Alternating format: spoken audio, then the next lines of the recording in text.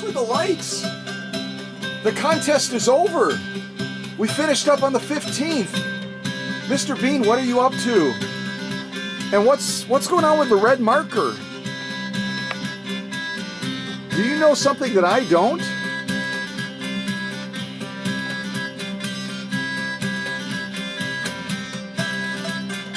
Wait a second, really? She contacted you? I had no idea. Is that why? That's why you drew a line through the 10,000? It just happened? No kidding. All right, let's get some lights on. That's crazy. Ha ha ha! Yeah!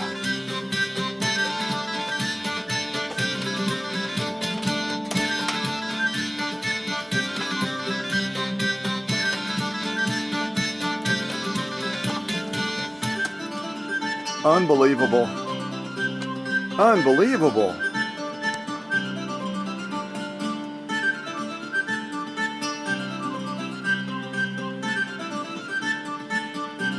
That's why you're dancing, along with the cool music.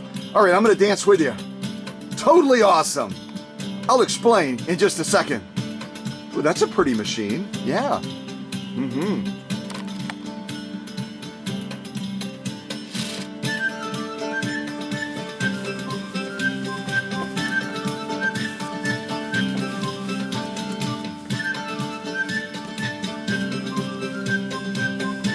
Sure, I'll pick you up. You betcha.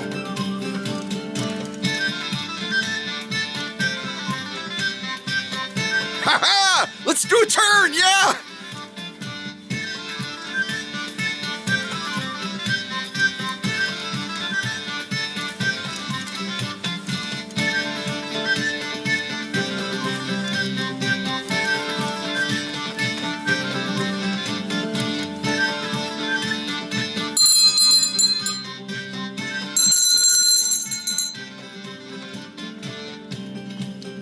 Wow. Wow! We did not raise $10,000. We raised over $11,000. Yeah.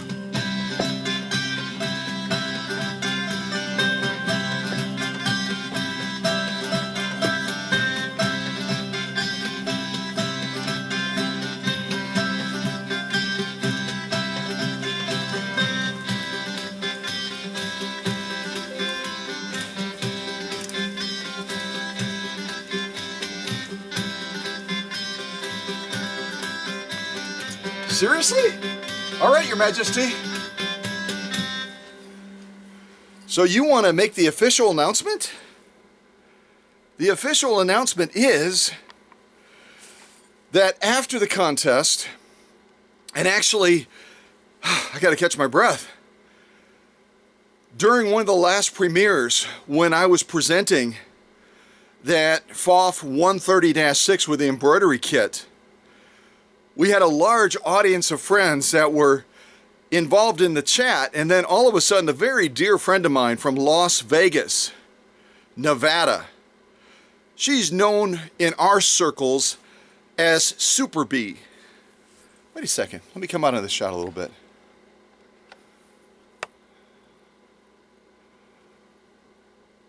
I know, Your Majesty, I'm pretty tall. All right, let me come down like this. So, at the last premiere for the FOF 130-6, that's going to be heading down to Texas, with all of our friends interacting in the chat, all of a sudden popping onto the screen, because a lot of folks will attend the premieres and they'll kind of stay back in the shadows, and I never bother them. They're back there, they're watching, they're enjoying, and if they decide to step out, that's cool. If they don't, they don't. Well, all of a sudden, Super B stepped out, and again, she's from Las Vegas, Nevada. And she typed into the live chat, she said, hey, can I still donate to the History Museum down in South Bend, Indiana?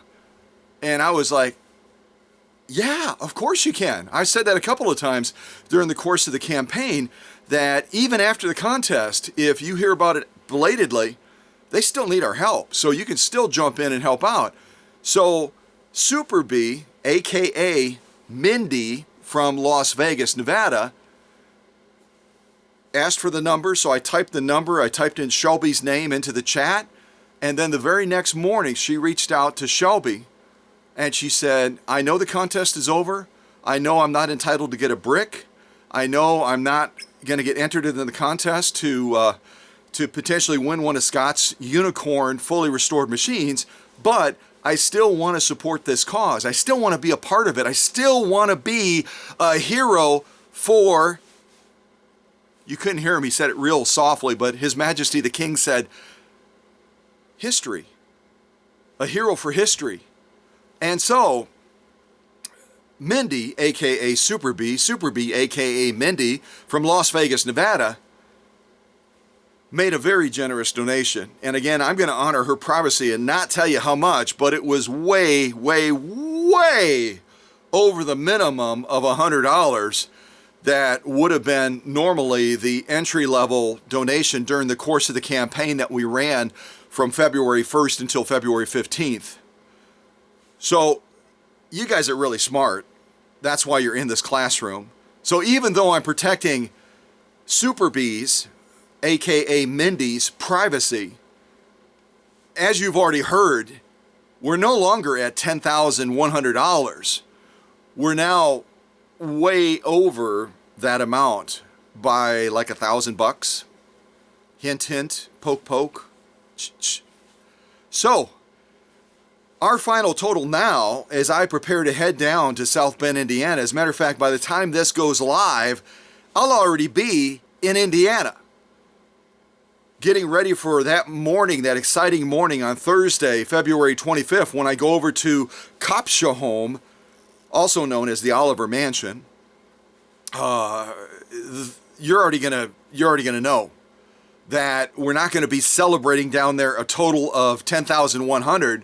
We're going to be celebrating a total of over $11,000.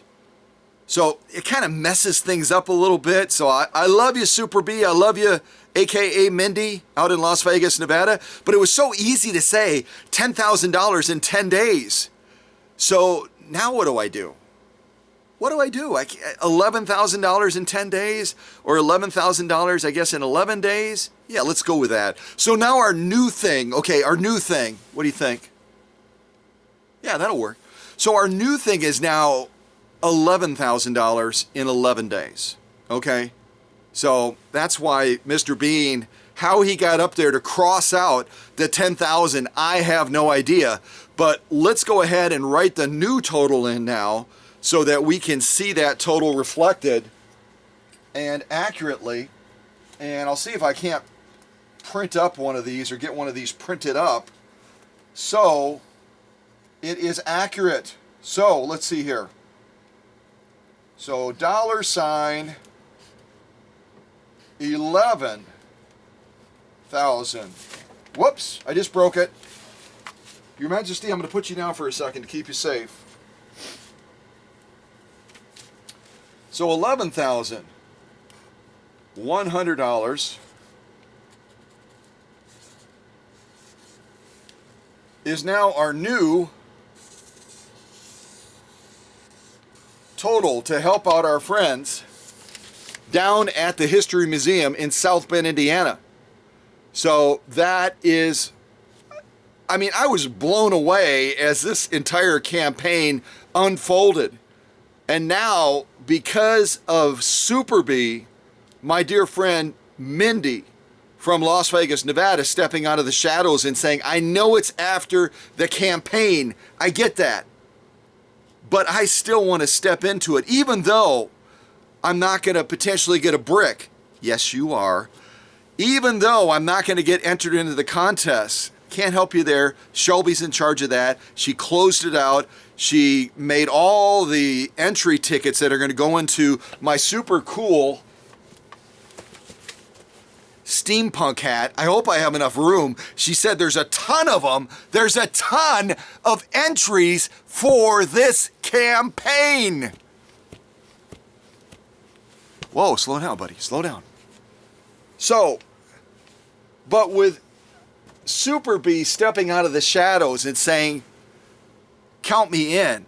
I'm not looking for the gifts and prizes.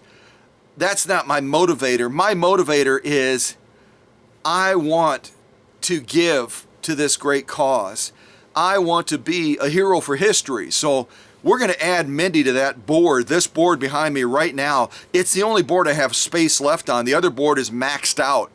And you're going to see those boards displayed proudly and prominently in Kopschaholm, probably in the next premiere after this one.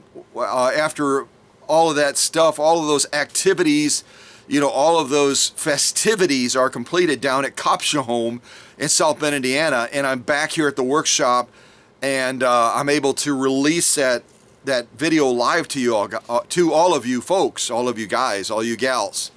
So, but it's so exciting to be able to write a new total on here. You just never know. You never know. You don't. That totally came out of left field. I thought we were done. It was fabulous. And now the extraordinary, the amazing, the what has now become even more extraordinary and amazing. So if any of the rest of you that were sitting in the shadows out there, like my good friend Super B, aka Mindy from Las Vegas, Nevada, are saying, I know that this is all wrapped up, but there's still a need. These folks don't stop having those bills pouring in to have an operation like that running down there in South Bend, Indiana. It doesn't stop. We all get bills every month. They get bills every month, and the need only becomes greater. So if you missed this campaign, it ended on February 15th, and like Super B, aka Mindy, you want to step out of the shadows and say, I know everything's done with. I know the crepe paper has fallen, the balloons have gone up, all that kind of stuff. Scott's already been down in South Bend, Indiana with our friends at the History Museum. They had a wonderful ceremony and gathering to honor the heroes for history at Kopschaholm at the Oliver Mansion down in South Bend, Indiana. It's all over with. But that need is still there. That museum, the History Museum down in South Bend, Indiana, they could still use your help. So don't hesitate to reach out belatedly, just as Super B did, and contact Shelby and say, Shelby, I know it's all done with, but your needs are still there. You still have those bills pouring in because of your operation, and you're wanting to grow that operation, and we were a part of that. How cool is that? Brian said that to me in a note. He says, you have no idea. You have no idea the impact that your Army brought to our mission to make it possible not only to survive, but guess what? To thrive. And I've already hinted at this. Brian shared with me something, you know, on the lowdown about something that's going on down there right now. And he may decide to have shared that during that special gathering down there at Kopschaholm. He may not have. That's up to him. I don't want to let that out of the bag, you know, if it's not supposed to be let out of the bag yet. But it's some exciting stuff. It's some very, very exciting stuff, and we had a part in that. Amazing, amazing. And now, while we thought everything was done with, and this is a reason to celebrate, oh my goodness gravy, $10,000 in 10 days, but guess what? Now we have over $11,000 in 11 days. So however you want to slice it, dice it, mice it, whatever, this was an amazing outcome. And when we do our next major fundraiser / contest, once this channel, hopefully this channel, with all of your help, passing the word and pointing people to this YouTube channel, Cow Country Vintage Sewing Machines and Restoration, once we hit that milestone of 15,000 subscribers, we are going to be helping our four-legged furry friends. And I've already hinted at that. I'm not going to give you all the details because guess what? I don't have all the details yet. But I know that Craig and Sonny are going to play a part in that. But I don't want to get way ahead of ourselves because we're still here. And there's still an opportunity now to help out the History Museum, even though the campaign officially ended on February 15th. Just as Super B, my good friend Mindy out in Las Vegas, Nevada, demonstrated. And that even, in my opinion, let me just say it this way. In my opinion, that makes you even more of a hero for history, a special hero for history, because we're all motivated by things in this life, right? We're all motivated. You know, the prizes, the rings that we can, you know, kind of like on the old merry-go-rounds, you used to be able to grab a ring when you went around and you'd get a special prize if you could snag it. But, you know, people sometimes are motivated by prizes. And that's why I built the campaign the way I did. I wanted to offer those wonderful 160-year-old bricks. I wanted to offer some real tantalizing sewing machine giveaways that would be part of the contest, where you would be able to you know, make a donation of a minimum of $100, and then you'd get entered into the contest and you'd get a brick. And that was a motivator for some folks, and that's totally cool. That's why I did it. There's no shame there.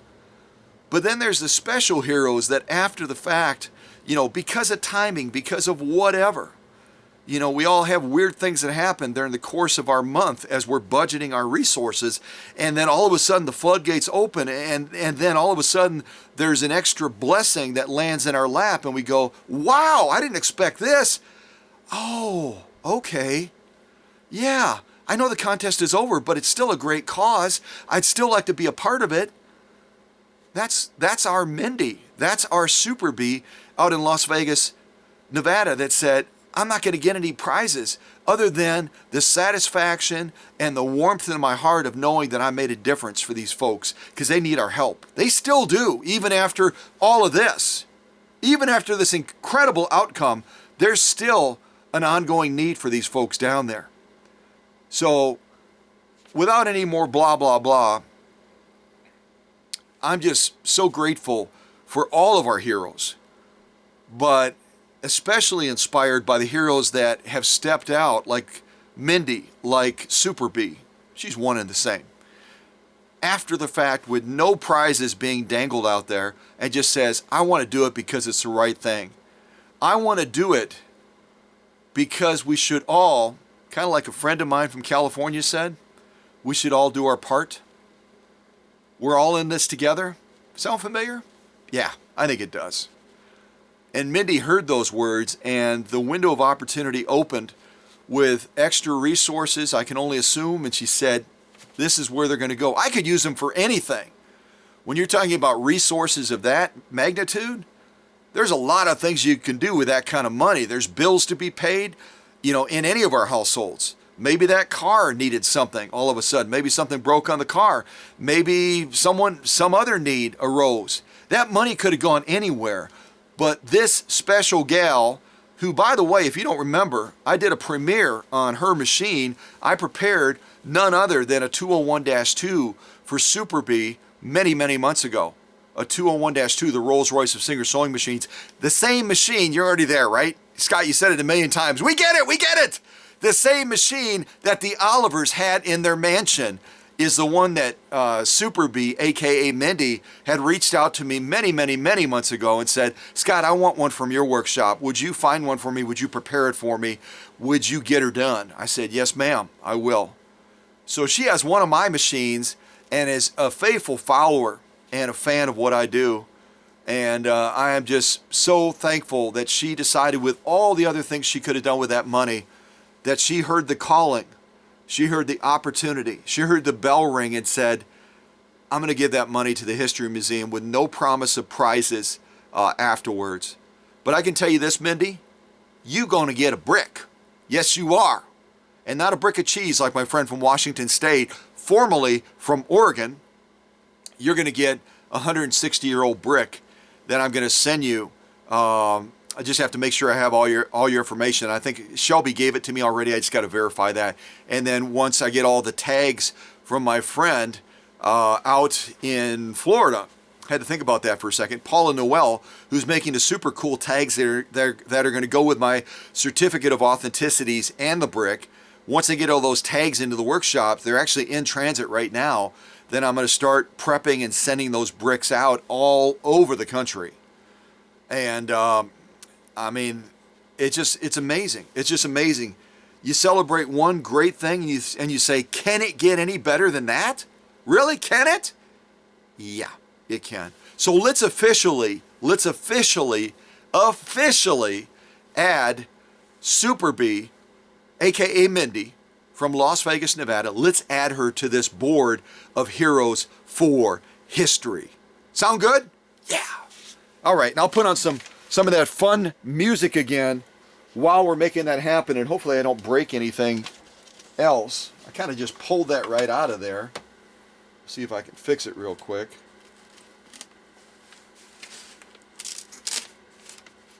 All right, close enough. Let me throw that to the side for right now. So once again now, because of the generosity of all of you, and because of the generosity of Super B, we're over $11,000 now for this campaign to help out the History Museum. So let's put on some music to celebrate that while I cut out and add Mindy's name to this board of Heroes for History. All right, here we go. Take two. Here we go. Yes! Ha ha!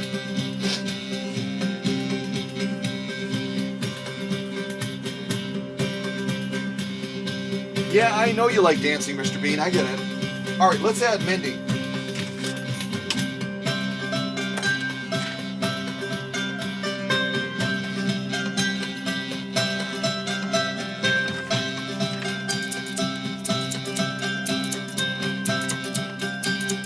Don't do this at kids' home.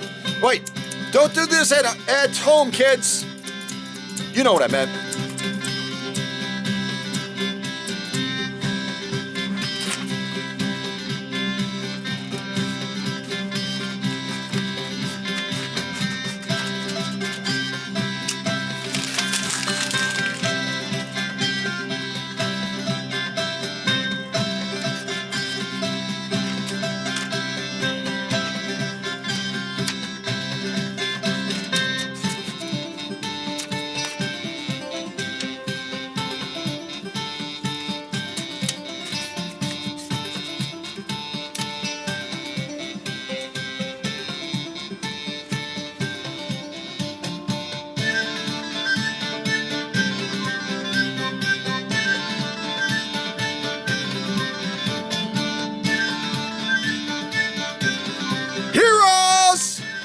For history!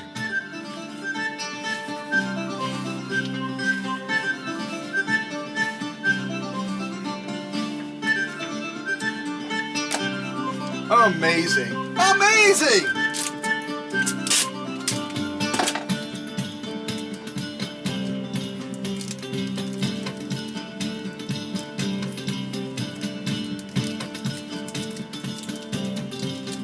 Getting the tape stuck to my hands. Help! Help! Send them the rescue crews!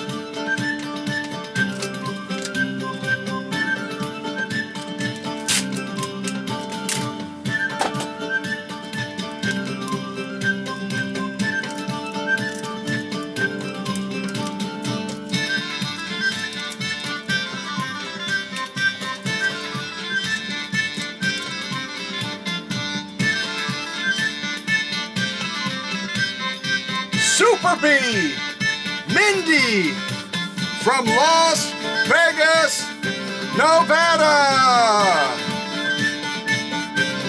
Yeah, baby.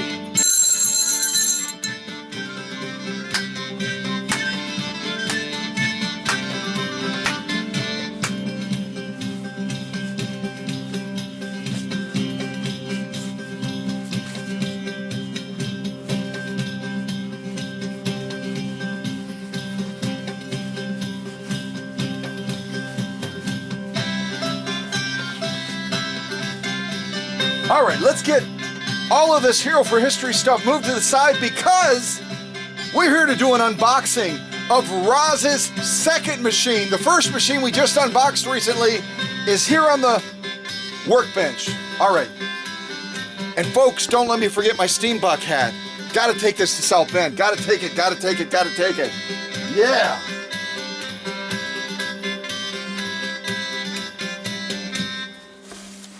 right. Wow. See that? Never doubt. Never be skeptical of what a small group of dedicated, passionate, caring individuals can accomplish. Right? Have you ever heard that before? Yeah, you did. Oh, man. You folks are amazing. Absolutely amazing. Absolutely amazing. Wow. All right.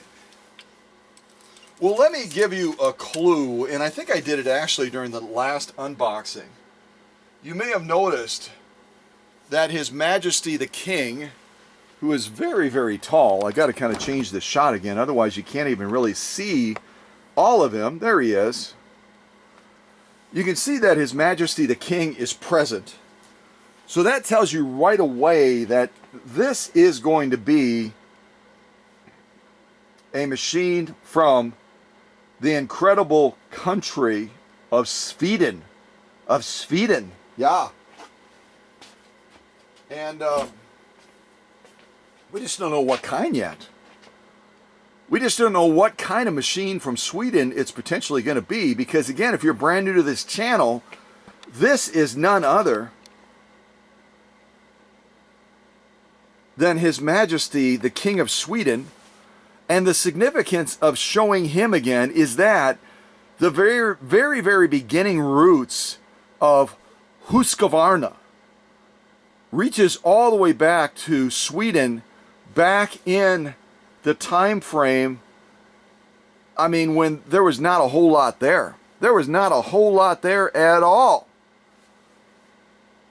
But there was a certain king, King Gustavus Adolphus II, aka this dude right here, Your Majesty, that decided to decree a drilling and grinding plant. And initially they were making muskets and other things like that. And then eventually they started making sewing machines right around 1872. And I'm doing that from memory, so hopefully I nailed it. I didn't get it wrong.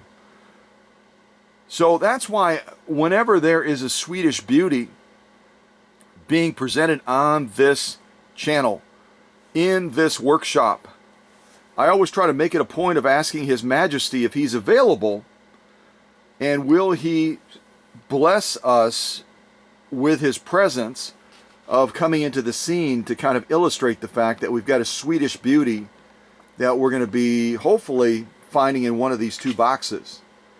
And I'm hoping it's in the second box on the bottom, not the top one. Otherwise it's a little bitty Swedish beauty.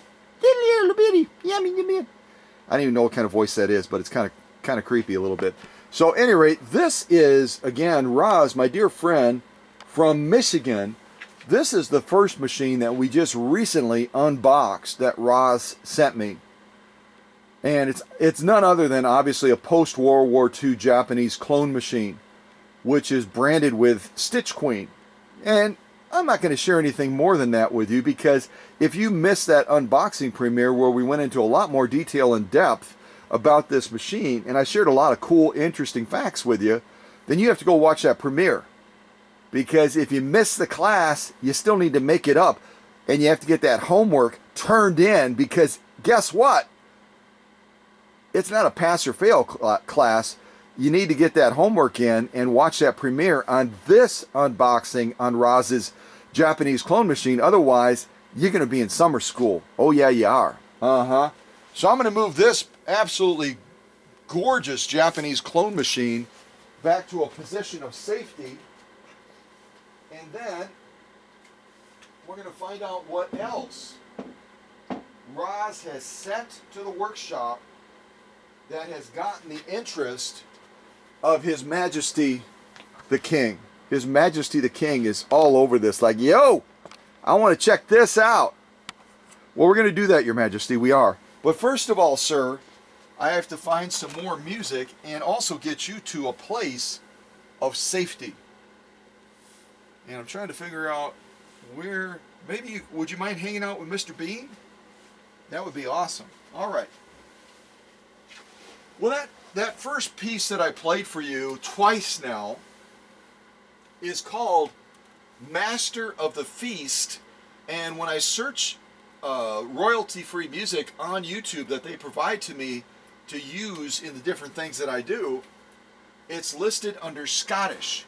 And I am just all about Scottish lately, and not just because I'm Scot that I'm into Scottish, but I am just totally into it because of this opportunity to see my friends down at Capshaholm.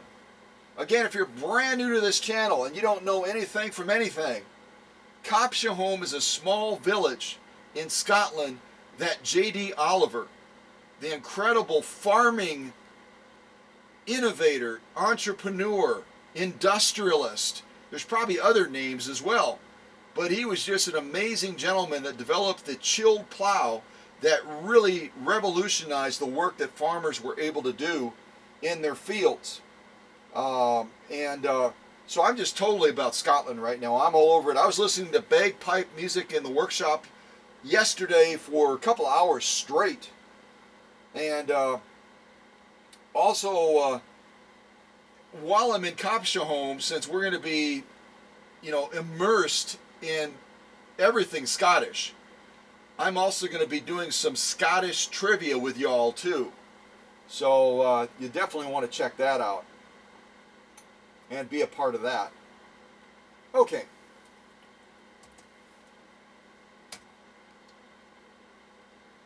So now I'm typing in, because even though they're different, they share a lot of common ground. Now I'm typing in the keyword Irish. So we'll see what we get for this. So this next one is called Banish Misfortune. Here we go.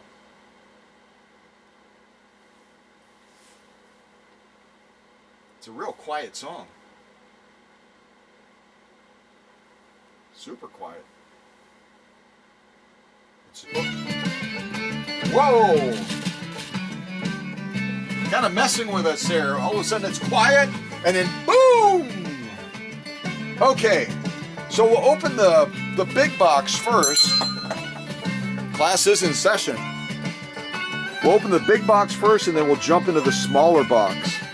Because if I remember correctly, Roz told me that the smaller box goes with the bigger box, but it's not the core thing that we're going to be unveiling and trying to guess. And don't be deceived, because Roz is a very clever lady, very clever. She sent this particular one in a Bernina box.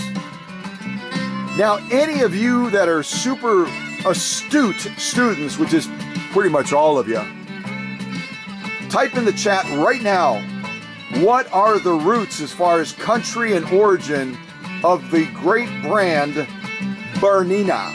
Bernina. Ba ba ba ba ba ba ba ba Bernina. Yeah, ba ba ba. So type that in the chat right now. And if you're the first one to do it, you get an A in the class for the day. Yes, you do. A. All right, so let me move this smaller box to the side, and let's unveil the big one.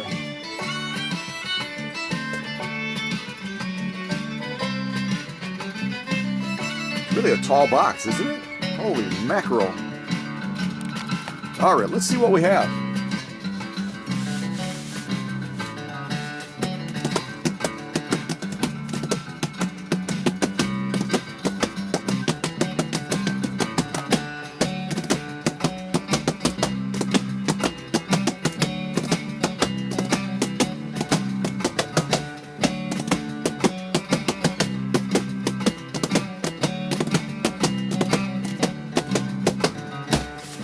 Yeah, and that is a sturdy box. Real sturdy. All right, well, if you got it, you got it. If you didn't get it, obviously Bernina has roots in Switzerland, which, as most of you know that are really, really good students and always trying to go above and beyond in the classroom, you already know that Heidi's machine is scheduled to arrive any day now in Switzerland. Heidi's machine is the FOF 332 that I prepared specifically for her to make shoes in the Swiss Alps.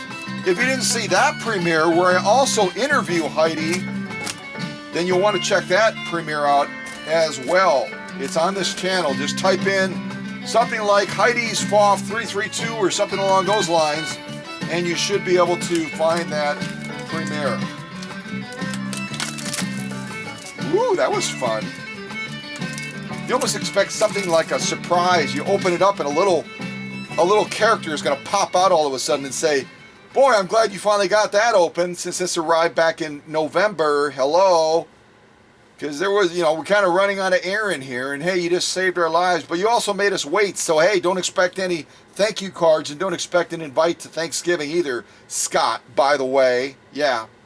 But thank goodness none of that happened. Nobody popped out of the box, because that would have been kind of weird. But weird is fun, and fun is weird, and this is a playroom, by the way. So that was called Banish Misfortune, and this next one is called Cuckoo's Nest. Cuckoo's Nest.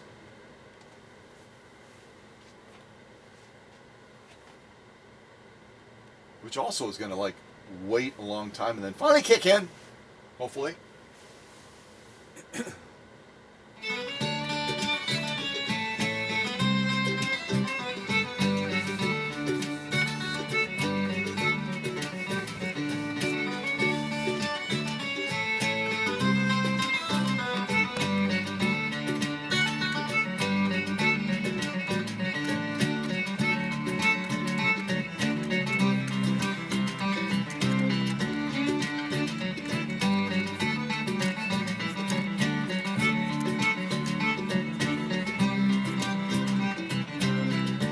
Mr. Bean, come on.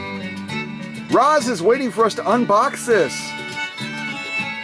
She sent you a private note that says she absolutely adores your dancing? Wow, I never got a note like that. All right, one more turn, sir, and then we got to move forward, okay?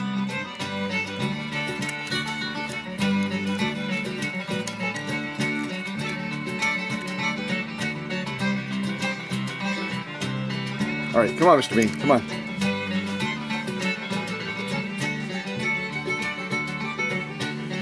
All right, let's figure out how to get into this box.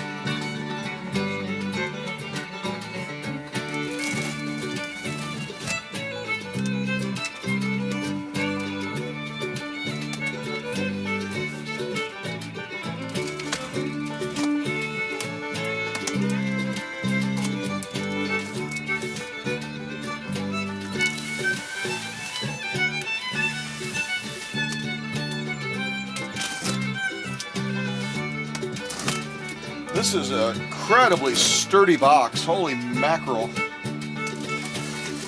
Great choice. And I think Ross told me she got it from a local sewing center where she's got a friend at the local sewing center, and they get these extra boxes that are available, and she's able to go in there and they basically just say, here, take it. So that's really cool. Very, very cool.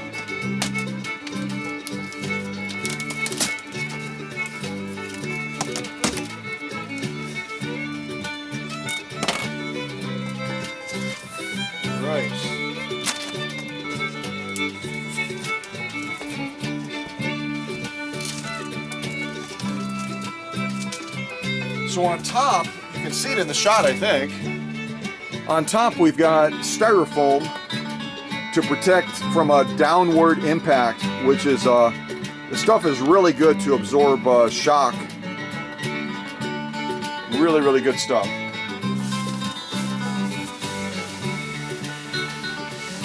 Holy mackerel, it just keeps going. That is a chunk of styrofoam, I'll tell you one thing.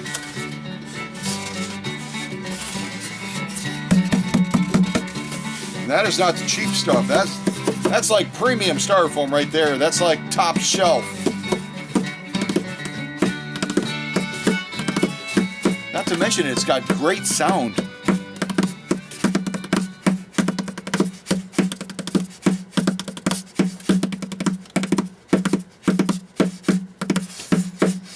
Yeah, I might keep this. I could jam on this puppy. All right. So let's pick out another song and we're going to continue the unboxing here. So that was Cuckoo's Nest, and the next one is, drum roll, I can't do it because I put down the styrofoam already, St. Anna's Reel. St. Anna's Reel, here we go.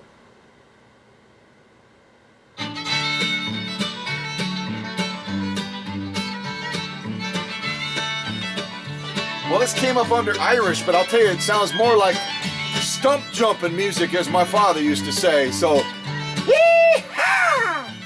Yeah, this song I'm dedicating to my friends that have been going through so much trouble and challenge down in Texas. This is for my Texans right here. Yeah, it is.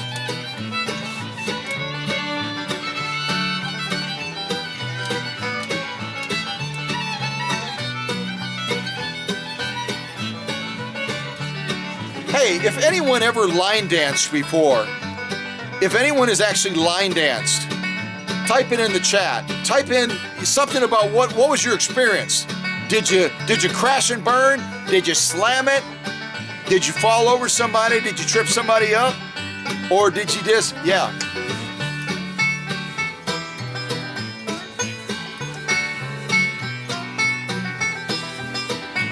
Yeah. All right, let me get this out of the box. There she goes with that super fancy painter's tape again. Beautiful, beautiful. Wow.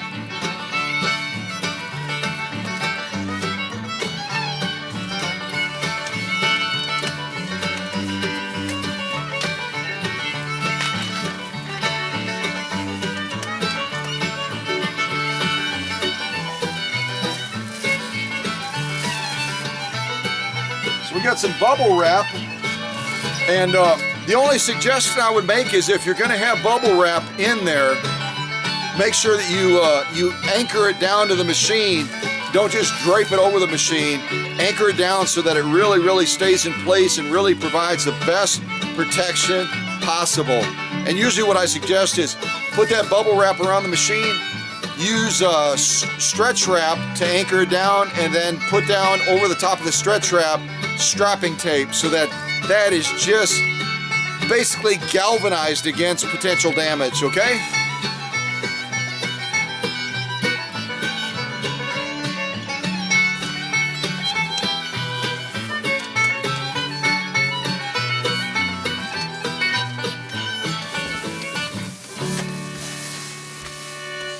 Oh, right on cue, right on cue. What'd you think of that? That is pretty cool. So I'm going to move this huge Bernina box, which again, Bernina is a brand that finds its roots in the same neck of the woods where Heidi is from, and that's none other than Switzerland.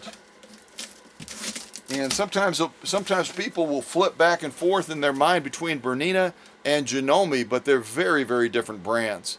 And if you remember, I covered this in a premiere a number of months ago, but if you remember what I told you Janome means, type it in the chat right now, and you're going to get bonus points in this class today. What is the meaning of Janome? And if you know the roots of Janome, you get even more bonus points. So type that in the chat now if you know. And I'm going to move this super heavy-duty box out of the way so we can keep moving forward.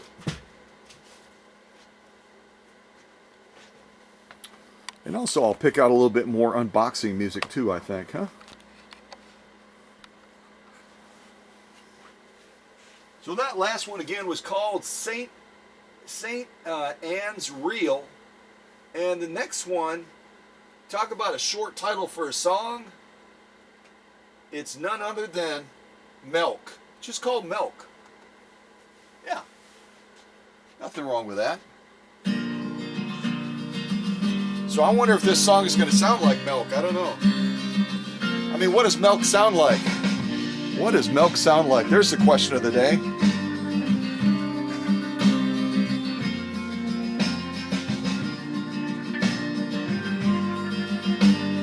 All right, let's get this machine back up on the workbench. And we're going to keep marching forward with the unboxing. And those of you that have real sharp eyes, you can already see part of the machine kind of poking through. You can see part of that machine poking through already.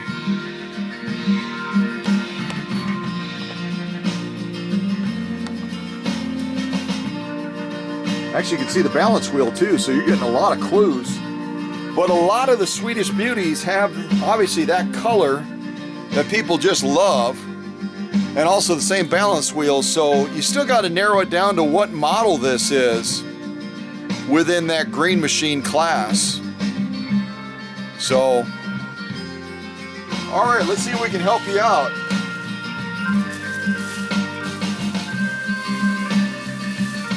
So again, some real good bubble wrap, the smaller bubbles, which I like. Not like the big ones that have just like a single chamber, and if one of the bubbles pops, you lose all of them. This is the right stuff to use. Just make sure when you pack up your machine and send it to the workshop that you anchor it down to the machine using stretch wrap and then ultimately strapping tape to hold that down.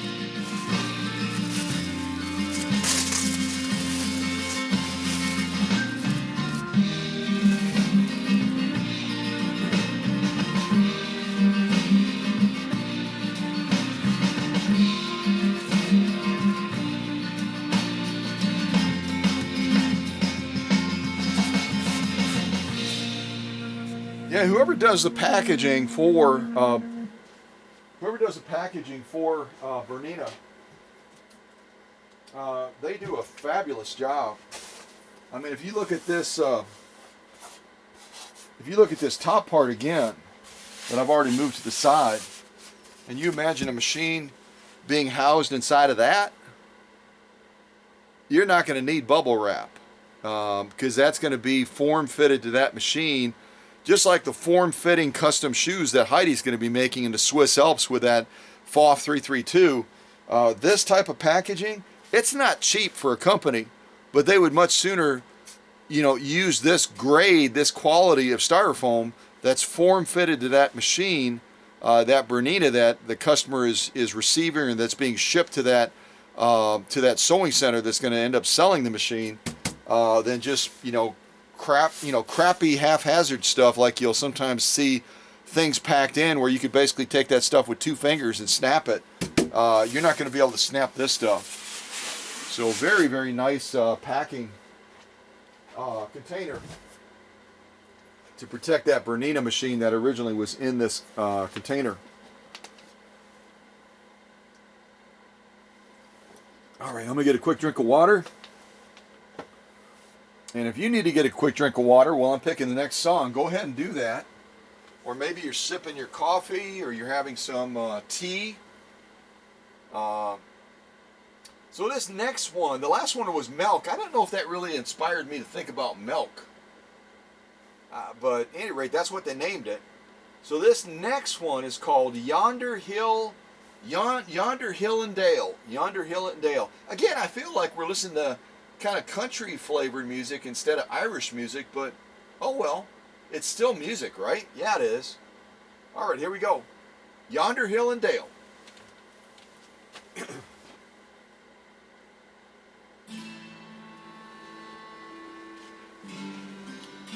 All right, I'm going to see if I can wiggle this Swedish Beauty out of this styrofoam container.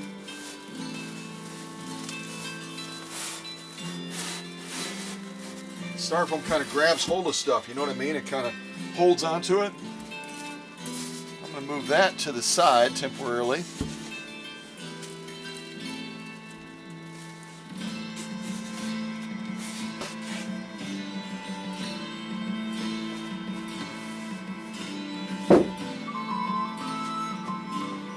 Okay, all right. Yeah, this is, even though this is called Yonder whatever, right away when you hear that particular instrument, it makes you think of Ireland, doesn't it? And I'll tell you one thing, if you've never been to Ireland, you should put it on your bucket list. I spent 10 days there when I was living in Germany. I traveled over there and went during a bank holiday, which is the worst possible timing. Anyone that lives in Europe, you make your arrangements way in advance when there's a bank holiday coming up because everyone goes on holiday at the same time and all the accommodations fill up.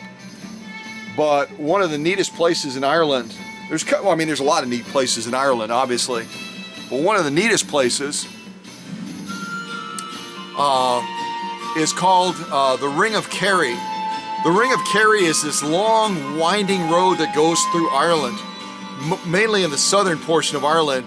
And I believe, if I remember correctly, that track called the Ring of Kerry runs for about 110 miles. I mean, it's a long, long drive, but you go through some of the prettiest parts and see those just green, lush hills and all that. It's just an amazing thing.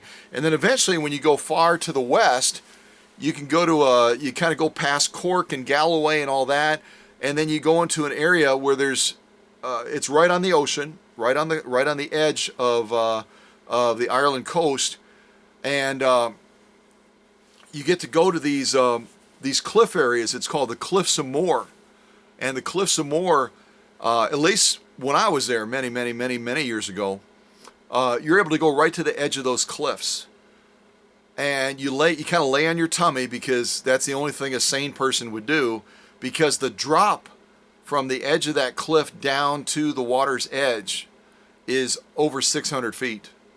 You don't want to misstep when you're on the edge of a cliff like that. But the super cool thing about the Cliffs of Moher, and if any of you have been there and actually experienced it, type it in the chat, please. Because what I experienced is you lay on your tummy, you're kind of leaning over the edge, you're looking down the edge of that cliff, and you can see the birds, the seabirds, kind of swinging in, almost like they're going to crash into the edge of the cliff. And then that air that blows up from the ocean as they're coming up towards the cliff area and towards the edge, almost like they're going to crash into the rocks. All of a sudden that air pushes up from the seabed, and it just pushes the birds away. It kind of just deflects them, almost kind of like they're trying to, crash, but they can't do it because that air is just constantly blowing. Some of you have been to some of the restaurants that have those by the drive-through, because they want to keep the bugs out and they want to keep the food safe inside. So when they open up their doors in the drive-through, sometimes, if you've ever experienced that they've got like blowers that are blowing air down real hard so that there's no bugs that could sneak in when they're passing the food out or receiving the money, that sort of thing. But that's the same thing on the Cliffs of Moher in Ireland. That air is just blowing up with so much force, and it's so warm. Oh, much warmer than Wisconsin. It's blowing up with such force, it just pushes the birds away. And then you can look down, and you can look at the rock formations as well along there. There's one rock formation that looks just like a microscope. I called it God's microscope. Just fabulous. So, and no, I'm not getting any credit from the Board of Tourism for Ireland to say this. It's just a fabulous experience, and I would strongly encourage you to check it out. But hey, quick rewind to the questions I asked you a bit ago. What is the meaning of Genomi? The meaning of Genomi is Eye of the Snake. You remember that? Eye of the Snake. I almost said Eye of the Newt, but that's from another, probably Shakespeare play or something like that. But yeah, Eye of the Snake. And, Genomi has roots that are Japanese. Those are the original roots of Genomi. As opposed to Bernina, they have roots, obviously, again, in Switzerland. So sometimes the two are mixed and matched, but they're very, very different organizations and companies. Okay? Yeah. There we go.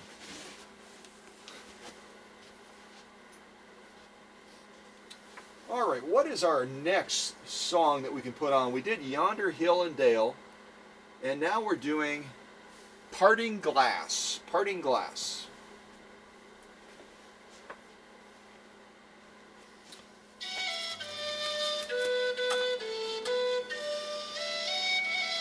What was that, Your Majesty?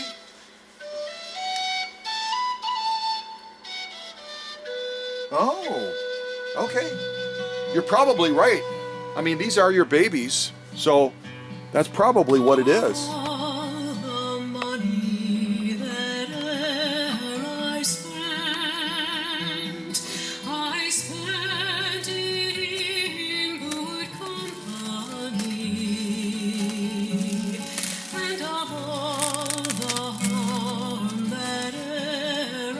And again, whenever you're using scissors to open up a package, just make sure you point the blade away from the machine. And I'm going to be real quiet because this is a beautiful, beautiful song, isn't it?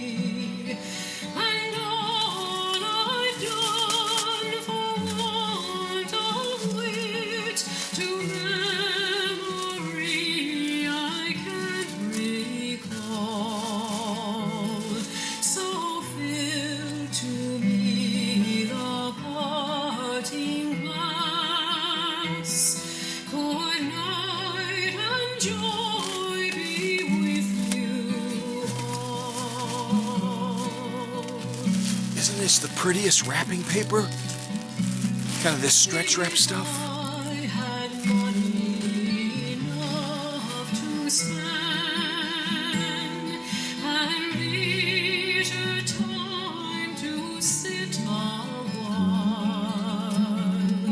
There is a fair lady in this town who sorely has my heart beguiled. Her rosy cheeks and ruby lips alone she holds my heart enthralled. Notice that Roz did a fabulous job of adding extra protection to the areas that are most vulnerable, the knobs and such. That's the way you want to pack too. Good night and God be with you all.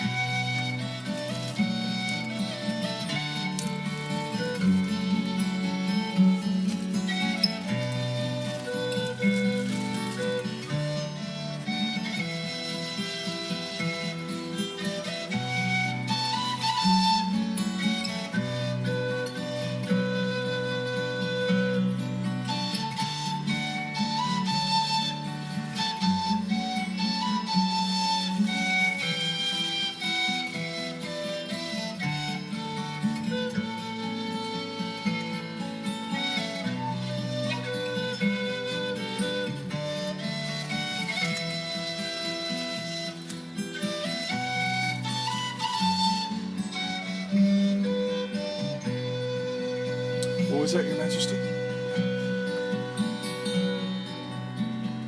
Yeah. She is beautiful, isn't she? All the comrades that e'er I've had, they're sorry for my going away. And of all the sweethearts that e'er I had, they'd wish me one more day to stay. But since it falls into my lot that I should rise and you should not, I'll gently rise and softly call. Good night and God be with you all. So fill to me the parting glass. Good night and God be with you all.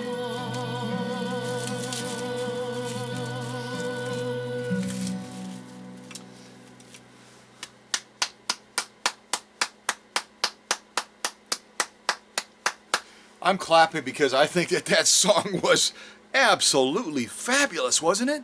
If you agree and you think that that was a lovely song and wow, who sang that and all that kind of stuff, type it in the chat. What a beautiful, almost a ballad, wasn't it? What a beautiful song. And that one again was called Parting Glass. Partingglass. Parting Glass. You could probably look it up online and maybe type in the chat if you can find out who, you know, I'm sure many people have sung that beautiful song, but, you know, maybe we can find out who sang it, because it doesn't tell me in the information. It doesn't tell me. I could probably contact YouTube and ask them, but that would probably take a long time. Probably take a long time. Well, this next one is called St. Patrick's Parade. St. Patrick's Parade.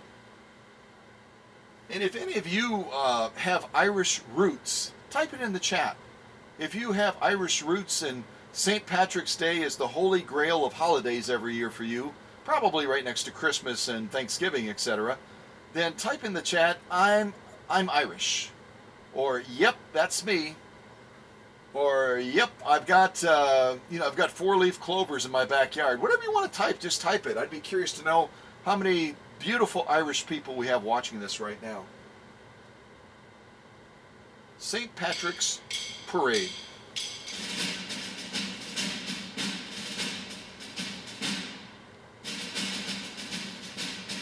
I love the snare drum, don't you?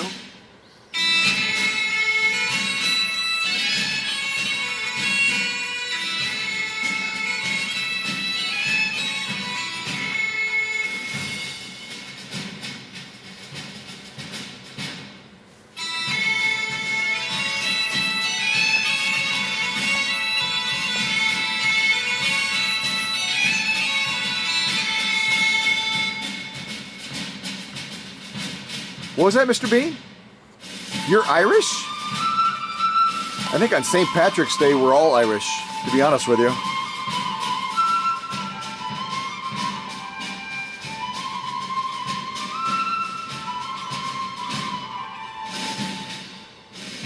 Brilliant dancing, Mr. Bean. Brilliant dancing, sir.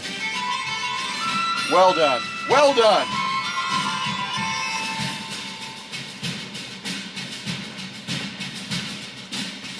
It's actually almost like you're marching, Mr. Bean. I saw you in a couple of episodes where you were kind of, where your car got crushed. That was sad, but at any rate, that's another story. All right, so let's come onto this shot a little bit and turn this Swedish beauty back around. And we'll kind of walk around the machine a little bit. We'll open up some of these other packages that Roz sent with this Swedish beauty. And then we'll see if we can narrow down what model it is. What model might this be?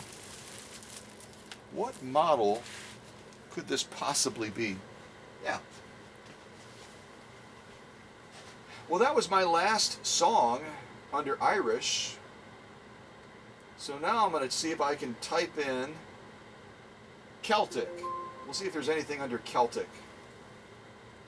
Probably not, but you never know. So yeah, I did get some songs that popped up under Celtic, and some of these may be exactly the same. They may be exactly the same as some of the other ones we played, but we're going to go through them anyway. So this first one is called Number 3, Morning Folk Song. Number 3, Morning Folk Song. Here we go.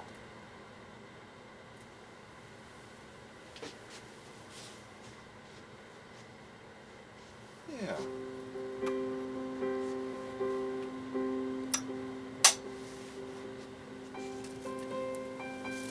Oh, that's right. I have to get the rest of this wrap off of the power cord.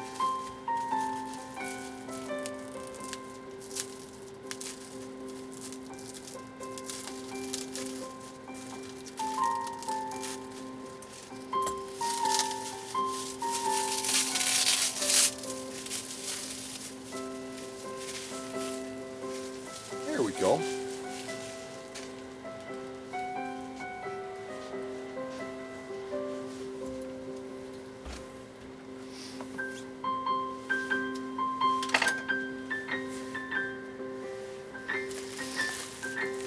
So this is the first package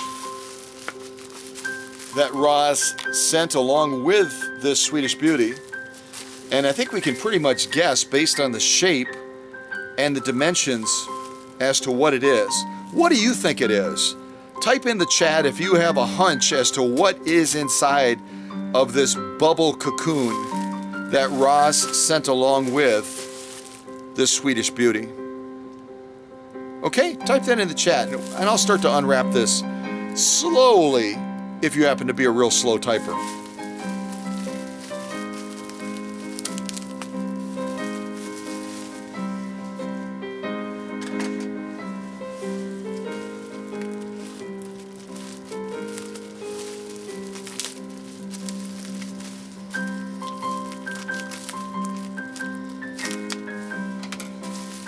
And again, I'm not looking at the chat, so you'll want to pat yourself on the back if you nailed it.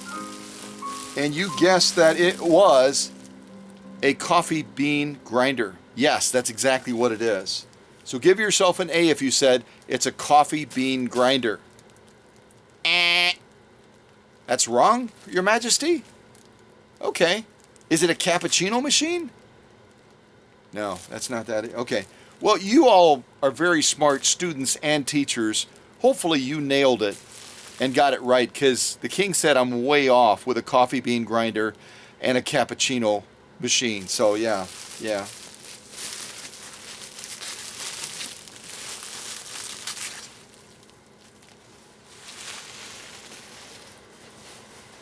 Well, that was a real short song, that last one we just played. Number 3 morning folk song. The next one is called Thin Places. Thin Places.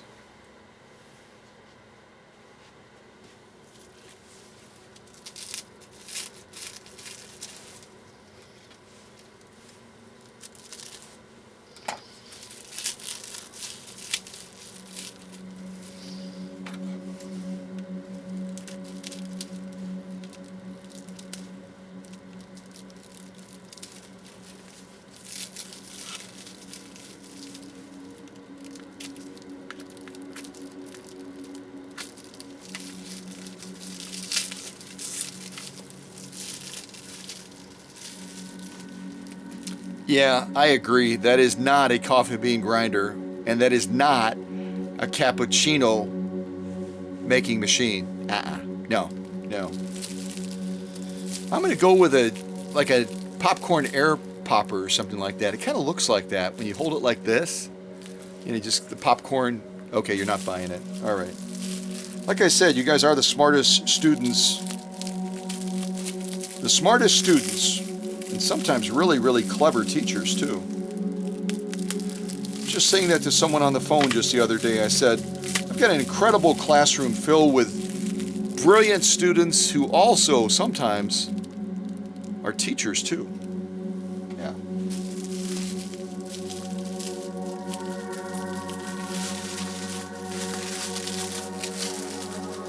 Well, obviously I was being very playful, and this, of course, is an original Husqvarna Viking foot controller.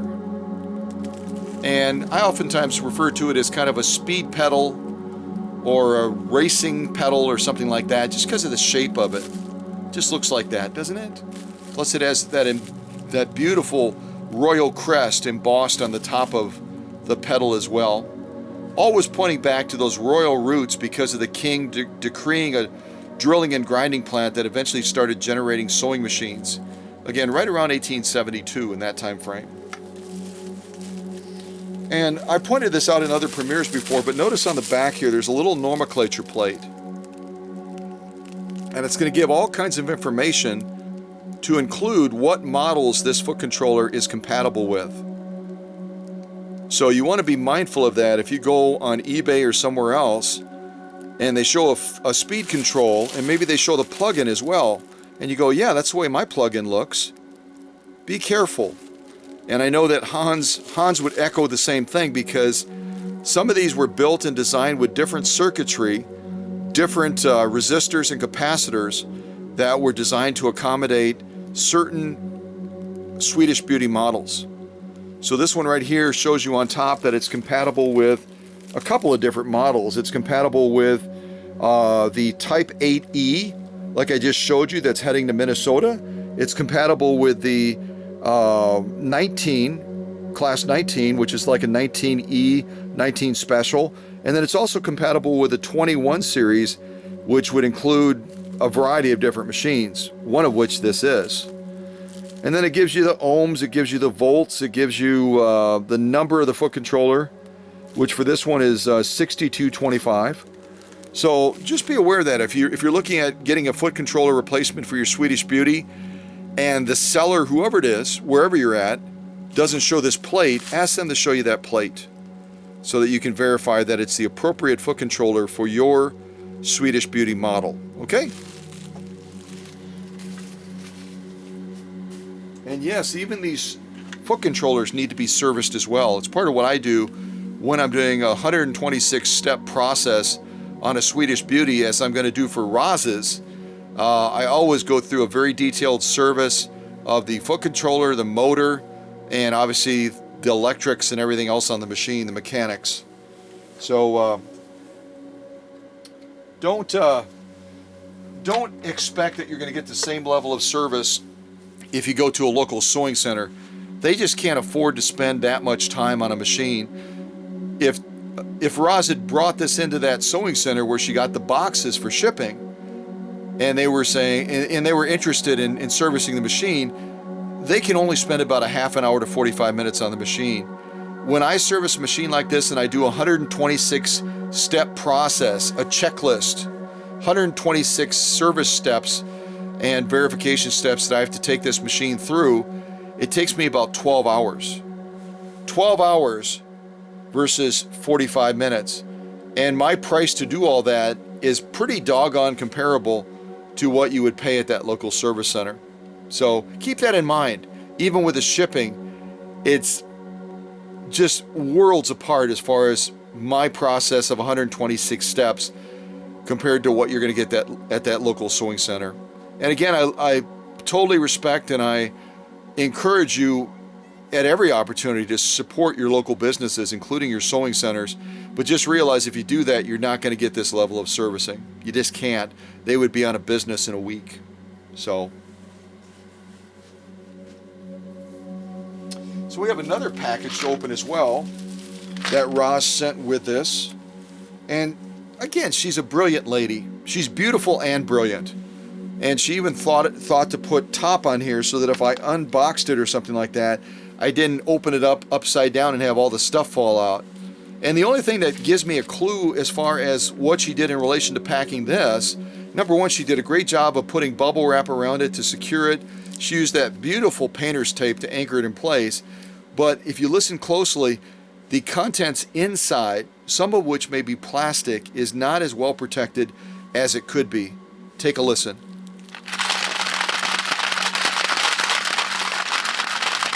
And what I'm doing to this right now is what happened during the course of this machine being shipped from Michigan to Wisconsin. Yes, Michigan is next door, but hundreds of miles.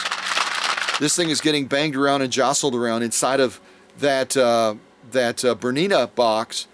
And if there's anything plastic, plastic is banging into metal. So just put a couple pieces of bubble wrap on the inside of this, then stretch wrap it, then put your bubble wrap, then do your strapping tape to anchor it in place, and you won't get all that jiggling and wiggling and banging inside of there.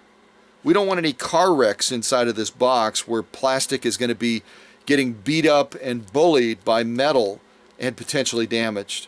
Okay? Especially if there's any cams in there, because those cams are absolutely gold. They're the gold standard in the green machine class. Those black cams that go into machines like this. Okay? So I'll pick out another piece of music and then we'll open up this, what we suspect is probably going to be none other than a toaster. Yeah, it's going to be a toaster. That's kind of what I think. We've talked about breakfast and things on Saturday morning premieres, and I'll bet you that Roz, because remember Roz gave me that absolutely amazing syrup and those super cool cars that are by my playroom sign. I bet you that this is actually for me, and it's probably a mini toaster so that I can toast bagels and stuff. I'll bet you it is. Yep, that's what it is. If you think I'm mistaken, or maybe even borderline delusional that it's a toaster, type in the chat what you think it is. Type in the chat what you think that box is that we're about to open. And I'm going to put on Tooth de Dunsity. Okay, I won't even try saying it. It's a beautiful name. And I just totally messed it up.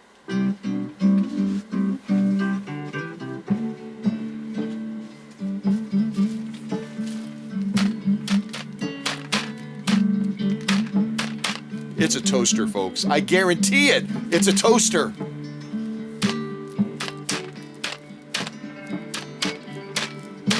All right, let's check it out. Kind of hungry for bagels anyway.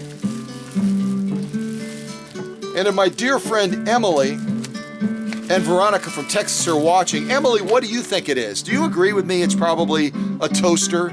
Yeah, it's definitely gotta be a toaster. Otherwise, I gotta eat those raw bagels. Have you ever had a raw bagel? Yeah. Ugh. Ugh. Yuck.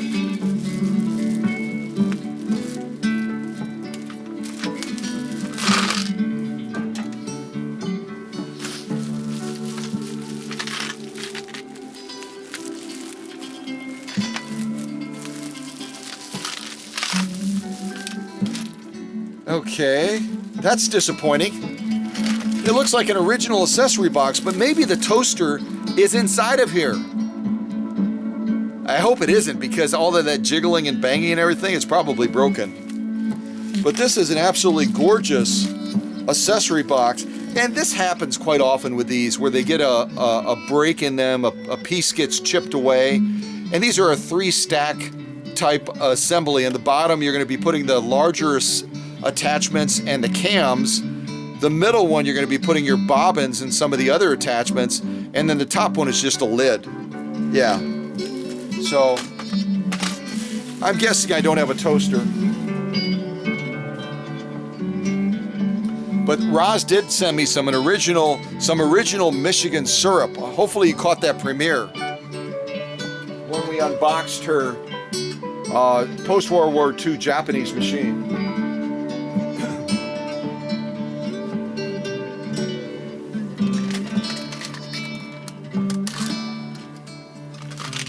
So yeah, when you hold these, just kind of hold it like this and then carefully take off the lid. There we go. There, we got it off. But again, I think the attention to detail by the Husqvarna company. I can only imagine that my dear friend Hans in Norway cringes every time I say Husqvarna, because that's how we say it in America. But it actually is Husqvarna. But isn't that gorgeous, that royal crest? Absolutely spectacular. And then we've got all of these wonderful accessories and doodads that Roz sent along with the machine. All of these attachments, these bobbins. And again, if you're buying replacement bobbins online, just be aware that they're not going to be engineered to the specific specs of the original ones. They might be a couple hundredths of an inch off. Generally, you don't run into problems, but you can run into problems with some of those aftermarket ones, especially, and they make two different ones. One type of Husqvarna bobbin is aluminum. The other one is metal. These are obviously, they look like they're probably metal, but it's sometimes tricky to tell. So I can grab my little magnet somewhere and drop other things. And I can show you that these are metal.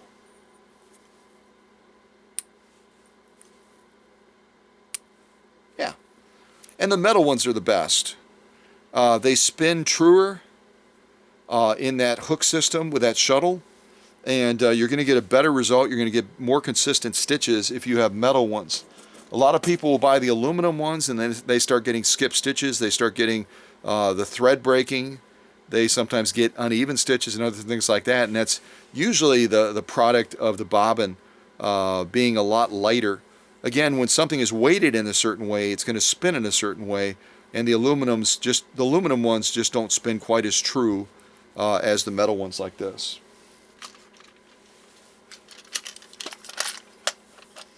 And then on the bottom, we have some really cool thread that Roz sent along with the machine. Screwdrivers, some other doodads, and then we also have these cams as well. I don't know what's in the machine because we haven't looked yet, but this is cam B, if you can see that in the shot. And then our other one is cam C. Some people would say CI or C1.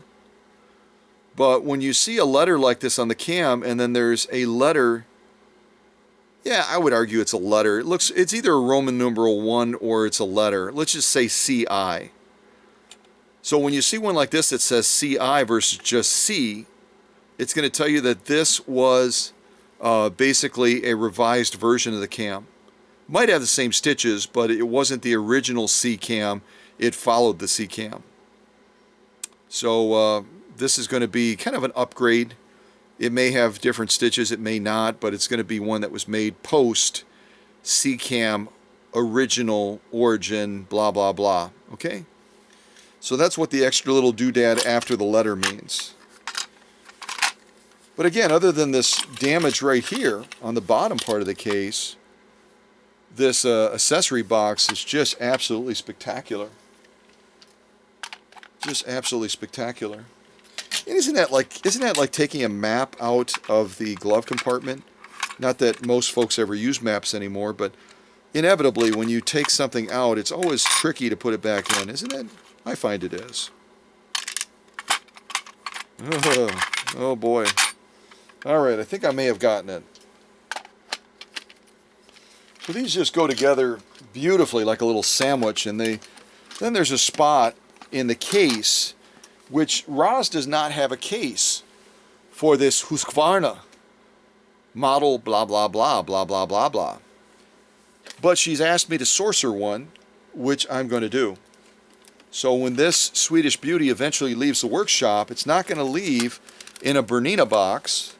It's going to leave packed like I normally pack it, and this incredibly beautiful Swedish beauty, along with the extension bed, if she has one, and the foot controller and all the other stuff, is going to go inside of that case that I'm going to provide to my friend Roz in Michigan.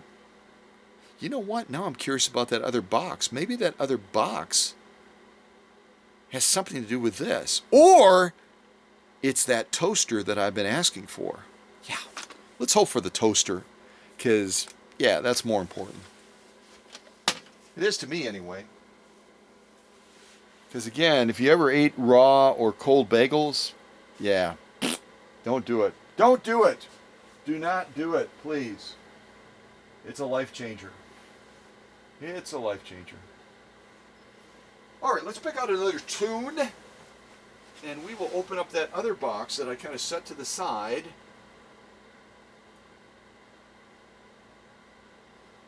Oh, okay, I'm looking at it a little bit closer now. The last one we just played, I'm going to still probably mess it up, but it's called Touth di Dunsani, something like that. Any Irish people are probably cringing right now. So, again, I did a different search under Celtic, and now I'm getting some of the same songs that we've already heard, but that's okay. I don't think you'll mind this one. It's a pretty tune, and again, it's called Yonder Hill and Dale. And I'm going to get a drink of water too, real quick. Yonder Hill and Dale.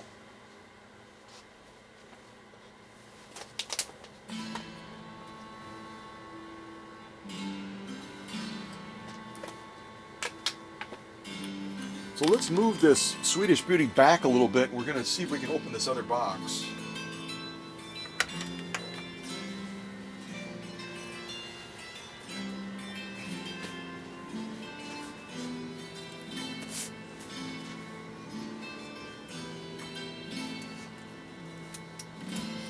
Again, when you're opening a box like this and you're going to have to cut down into it, and if you're using something like this, kind of a X-Acto type knife or something like that, make sure you set that blade length short enough that you're not going to cut through and potentially damage something on the other side. Because right now we can't see what's on the other side. All we can do is push down on it, see if we've got some clear movement, and then we know that we've got a little bit of a cushion underneath there where we're going to be probably pretty safe, and as long as we set that blade length short enough. So I'm going to lock mine in place so I don't cut too deep, and we'll take a peek inside of here.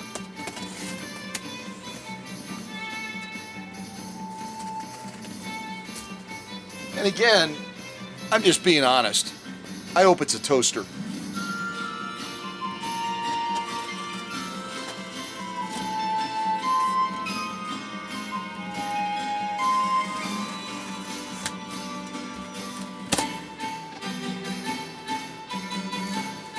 See that on the big package, Roz took mercy on me and didn't put peanuts in there. That mercy is over. Yes, it is. So that was a pretty tune. I think it was a pretty tune, don't you? And the next song we're going to put on, we already heard it once.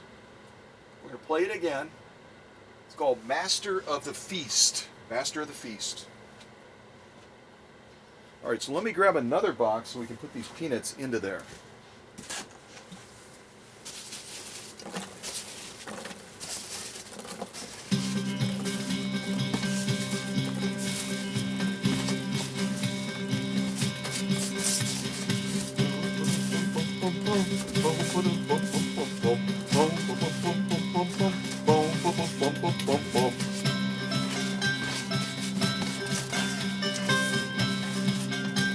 You know, if you stretch your imagination and think about the movie Big Fat Greek Wedding, this almost sounds like Greek music, doesn't it? I could totally dance to this.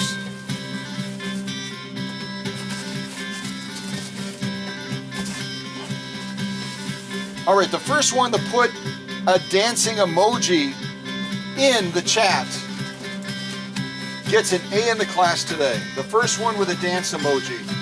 It could be more than one dance emoji.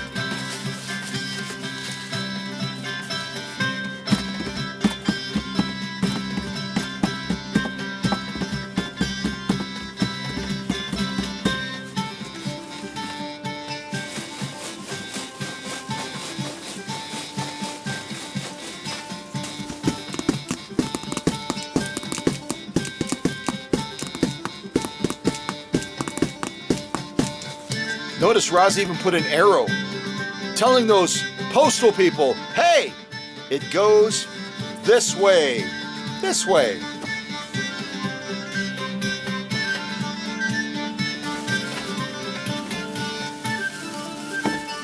Well, I'm hanging on to hope that it's a toaster, but I'm guessing not.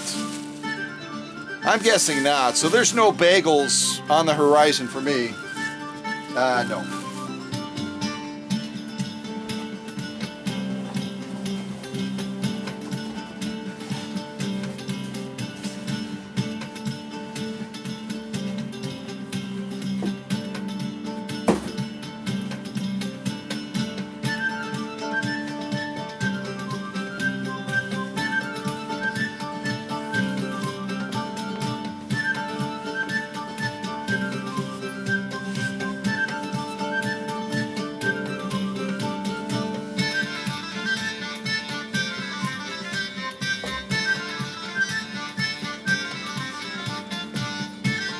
How can you stand still to this song? It's impossible!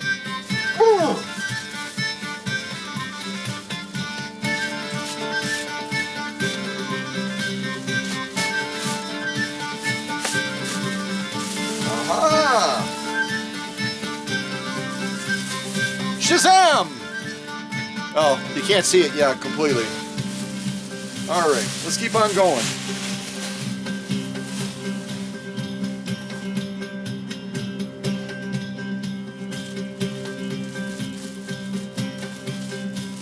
Very nice packing job on this.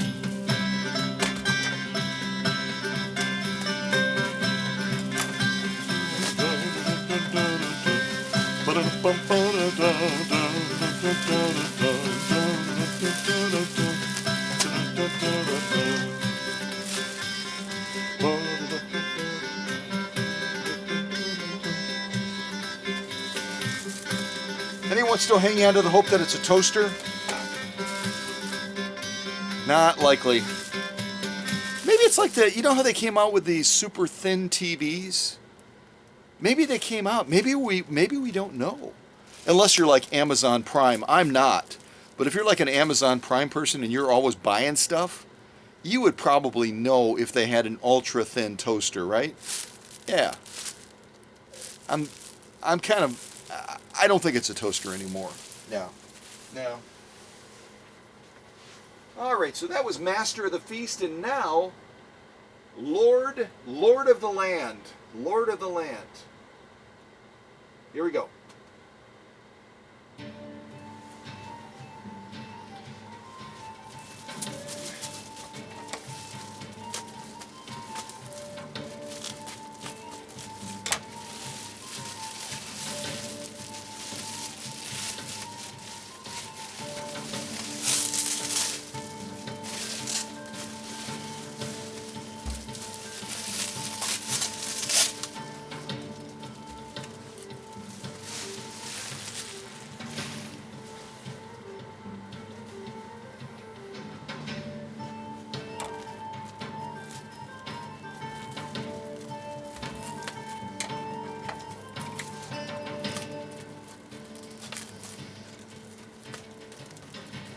What I'm doing is I'm kind of pulling this up and kind of cutting through it, giving myself a little bit more clearance.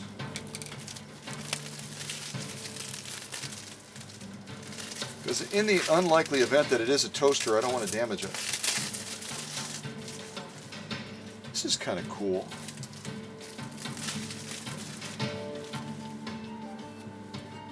Ross has the neatest packing things. She just does. I've never used anything like this before, and maybe I'll use it. Yeah.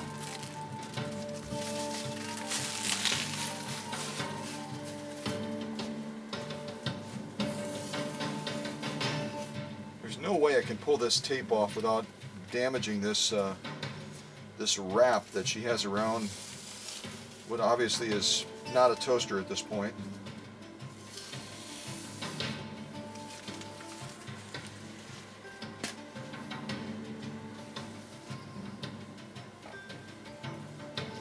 All right, here comes the big reveal.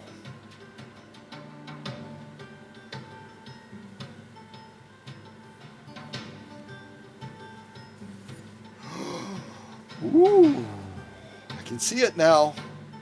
No, it's not a toaster. It's not a toaster. Yes, you were right all along. It's an extension bed. And it's a beautiful extension bed. Has a couple scratches along here. You can kind of see them. And a little chip over here, some paint that's kind of missing here, but the overall appearance of this, the patina and everything, looks absolutely spot on. Very, very nice.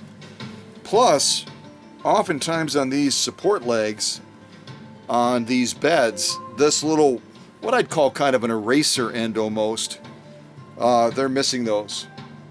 And Roz's is intact. Plus your spring, very nice, free moving. And this portion snaps into the pillar portion of the machine to kind of lock it in place. So very, very nice. Not as nice as a toaster, but hey, you know, you get what you get and don't throw a fit. So I'm good. I'm good. I can always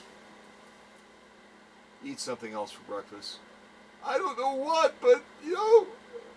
Okay, so that was Lord of the Land, and now Long Road Ahead B. Long Road Ahead B. I have no idea what that means, but it's 1 minute and 43 seconds.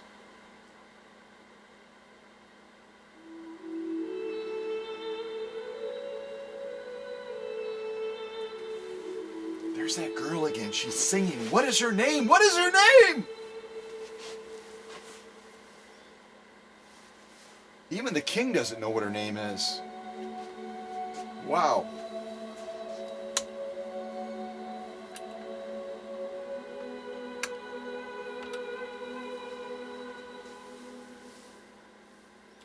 And I'm just going to remove the needle from the machine for right now.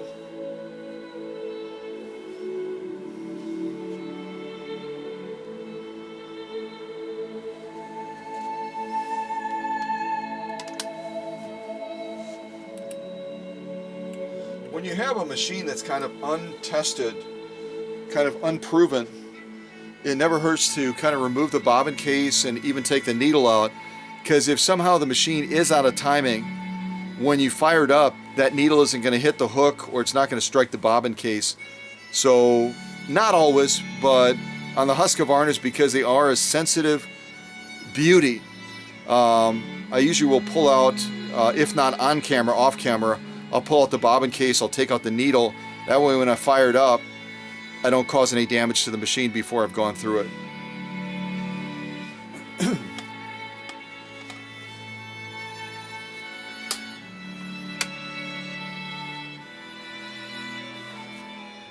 It's really pretty, isn't it? This is the little piece of material that Roz had underneath the presser foot. Just lovely. And we are going to fire this machine up just to check it out a little bit. So that was Long Road Ahead B, and now we're doing Long Road Ahead, which is longer than the original one. So the original one Well, that's not true. I would assume Long Road Ahead was done before Long Road Ahead B, right? Yeah, that makes sense. So the original one that we're going to play right now is longer than the one that was done second. Boy, that was a really long explanation, wasn't it? All right, so here's Long Road Ahead without the B.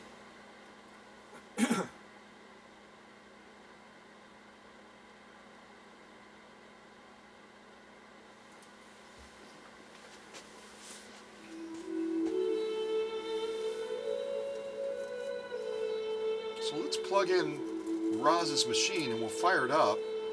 And then we'll go around the machine and you can finally know for sure what model this Swedish beauty is.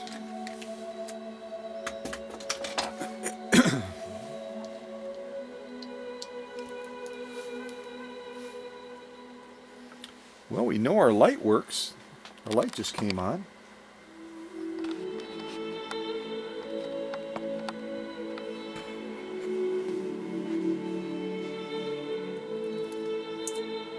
I missed one little piece of tape back there. It was kind of dangling.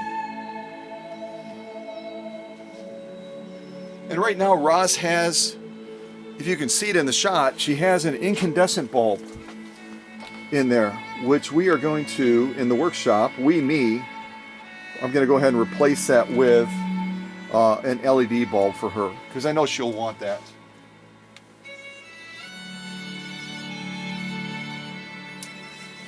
In fact, we'll shut it off and we'll replace it right now.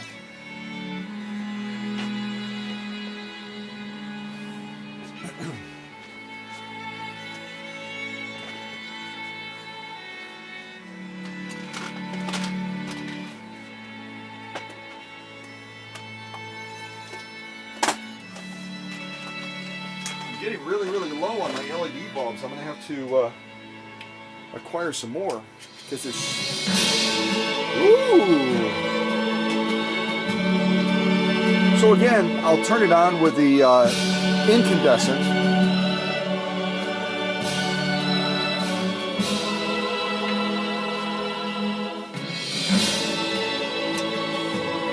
That's the incandescent.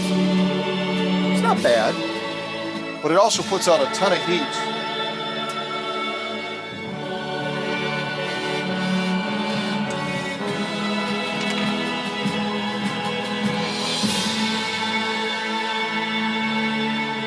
Dramatically turned on just as the music, it's climaxing! Shazam! I kind of missed it a little bit. Hold on a second. Hold on a second. Hold on a second.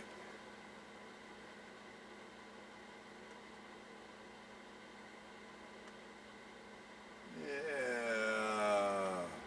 Unless I add it, I can't fast forward it. Daggone it. Well, that's okay. The next one is called Fiddles McGinty. Fiddles McGinty.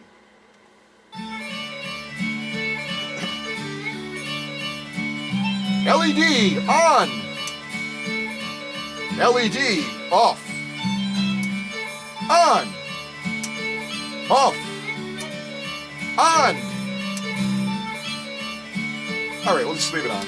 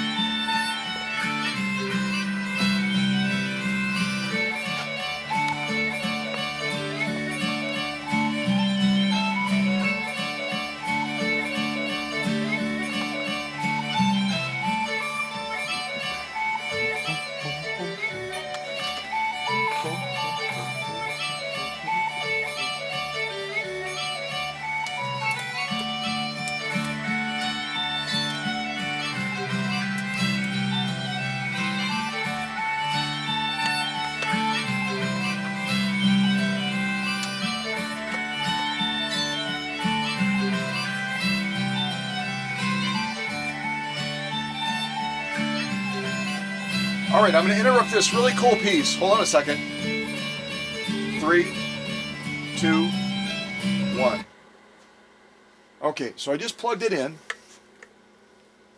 And again, if you ever get one of these Swedish Beauties, and let's say you've gotten it off eBay or somewhere else like that, and you plug in the power source, the light comes on, and you're like, hey, it works. And then all of a sudden you put the foot controller and you plug that in, and then the machine starts running immediately without pushing the foot controller, you've got a faulty foot controller. So if you bought it from someone on eBay, you've got to reach back out to them and say, the foot controller you sent with the machine is faulty because as soon as I plug the foot controller in, the machine starts running. And that's because, again, these foot controllers come with a resistor and a capacitor in them. The resistor is going to interrupt the flow of that electricity, but when it fails, it no longer interrupts it, so that electricity, it's like opening a floodgate. All of a sudden, it just has free reign as soon as that foot controller is fired up. Or I shouldn't say fired up, as soon as it's electrified, as soon as it's plugged in and charged, and then it starts running even without pushing this down. So that is the simple solution if you ever experience that, is you got a bad foot controller, you need to get a different one. And again, check that nomenclature plate. If you get a replacement one, make sure that it's compatible with your Swedish Beauty. So I'll come on this shot a little bit, and we will push down on this foot controller and just do some initial testing of this Swedish Beauty. I'm just peeking in the back of the machine, and it looks like we have cam AI, excuse me, cam AI, which again is cam A, but it's a revised version of cam A. It came out after the original cam A. All right, so complete silence in the workshop other than my space heater. And let's hear what this sounds like on initial fire up. Here we go.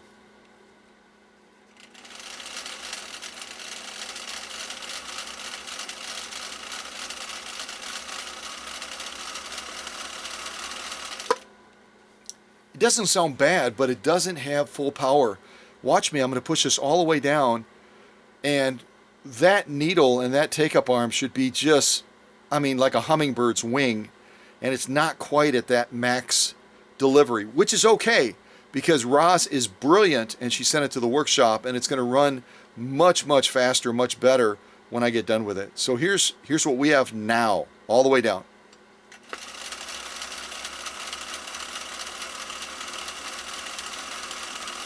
Not bad, not bad, but definitely not optimized yet. Check that slow gear. Again, if you're brand new to the channel and you don't know a Swedish Beauty from a toaster like me, this over here is going to be your bobbin winder. And so when you put a bobbin on this Swedish Beauty, which I will do right now,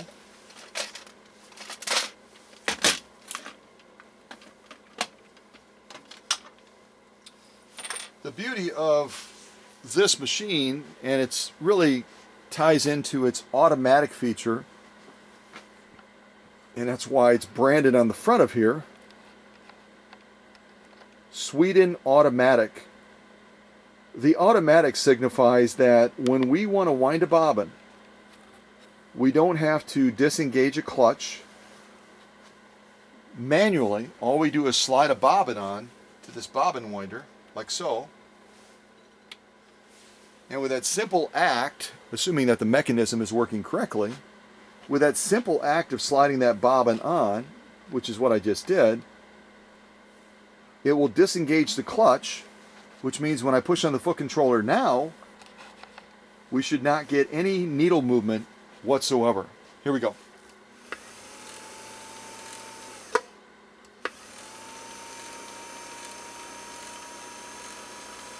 So that's the automatic feature.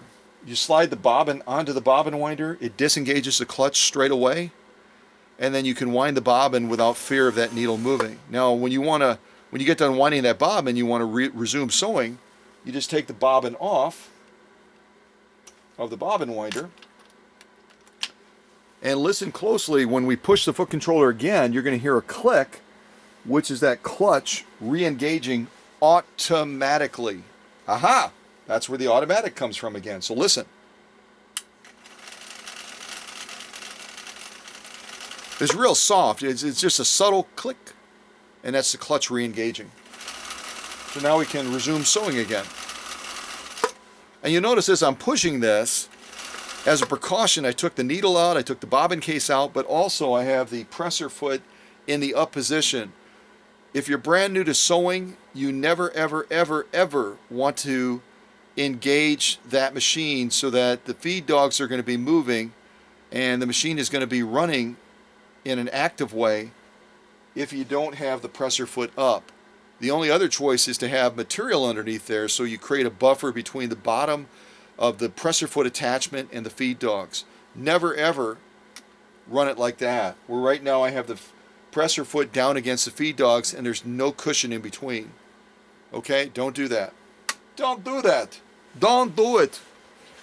But we can, just to test the feed dog movement, and obviously we're not going to be sewing because we have no needle, we have no bobbin case in there right now, but I can put a piece of my genuine elk hide underneath the presser foot, and now I can engage the foot controller to move that material. So we're going to just do that right now just to see if our feed dogs, at least initially, are doing a fairly decent job. Here we go. Oh, it's stuck in reverse. Maybe Roz told me that. So right now, and this is a fairly common issue with the Swedish Beauties, is they will get stuck in reverse, and that's what Roz is doing right now. It should be pulling that material to the rear of the machine, but instead, it's pulling it to the front. So that is something that will need resolution and repair. So right now, Roz has a Swedish Beauty that sews in reverse, which is great sometimes, but not all the time. So we'll take care of that. No worries. So all in all, we've got a machine that seems to be, other than the reverse issue and not being at optimized speed, she's got quite a Swedish Beauty here, don't you think? Yeah. So I'm going to put on one more piece of music. I'm going to come off the tripod, and then we're going to go around this machine, close her up, and just take a peek and see what we see. This next one is called Duet Musette. Duet Musette. Here we go.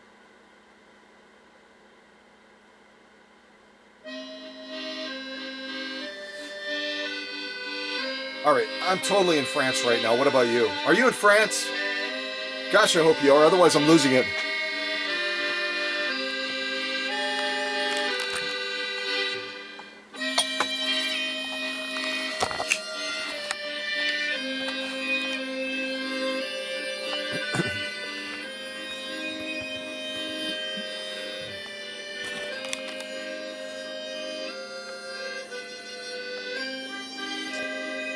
See a little bit of a chipping right there in the patina.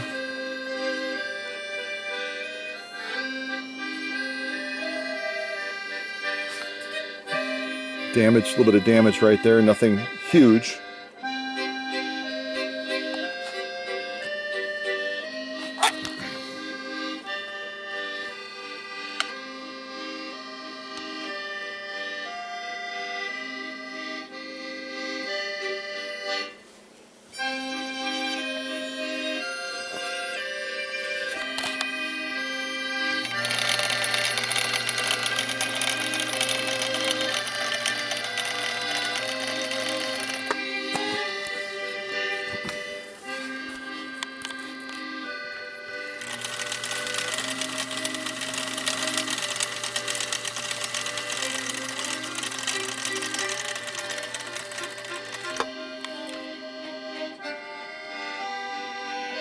There it is again, that beautiful crest. I love it. Listen to this, listen to this. Ha ha ha! Spectacular. Spectacular!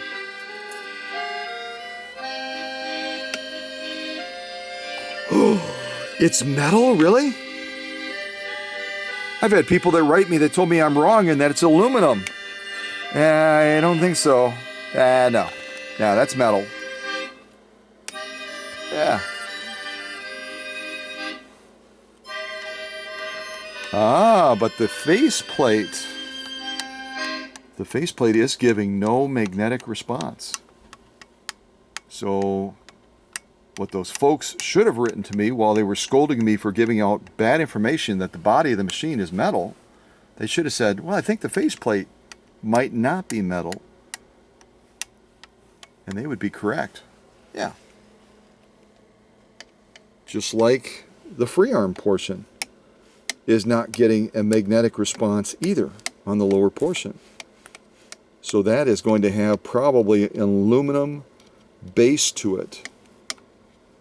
So the free arm, the faceplate, is not getting a magnetic response. Aha! So see what I say? Even a broken clock is right twice a day. A broken clock is right twice a day. So my friends that sometimes try to call me out on the carpet and say that you said the body of that Husqvarna is metal, but it's not. It is.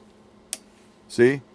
But there are certain elements of the machine that are not metal, clearly. And that would also be true of the balance wheel, except for the center piece that holds it on. Then we've got a magnetic response. Also, the side panels are also going to be, these are going to be a plastic compound, so there's not going to be any metal response. And the problem with the plastic ones is that over time, just from getting put inside of a case or moved around or whatever, they get cracked kind of like this.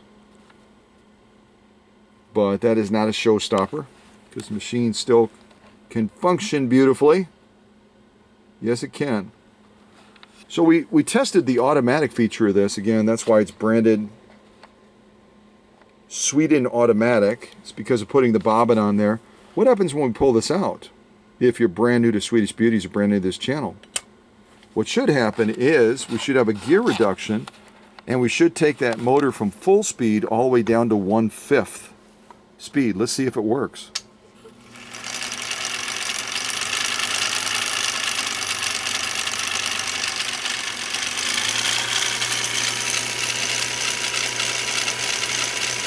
All the way down.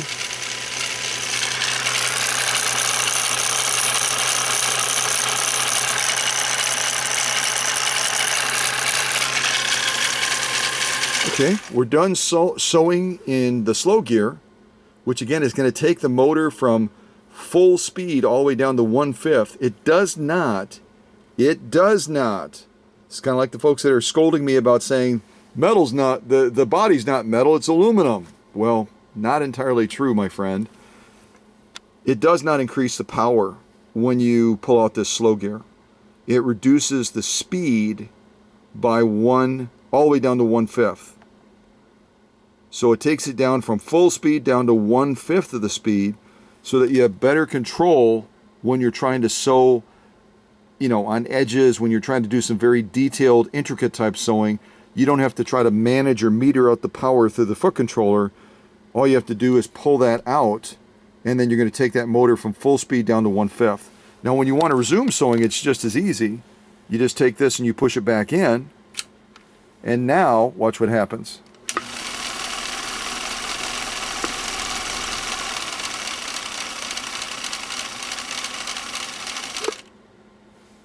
Nice feature. Very, very nice feature. And just a quick little walk around on the rest of the machine. This is going to be the lower feed dogs. This little control right here.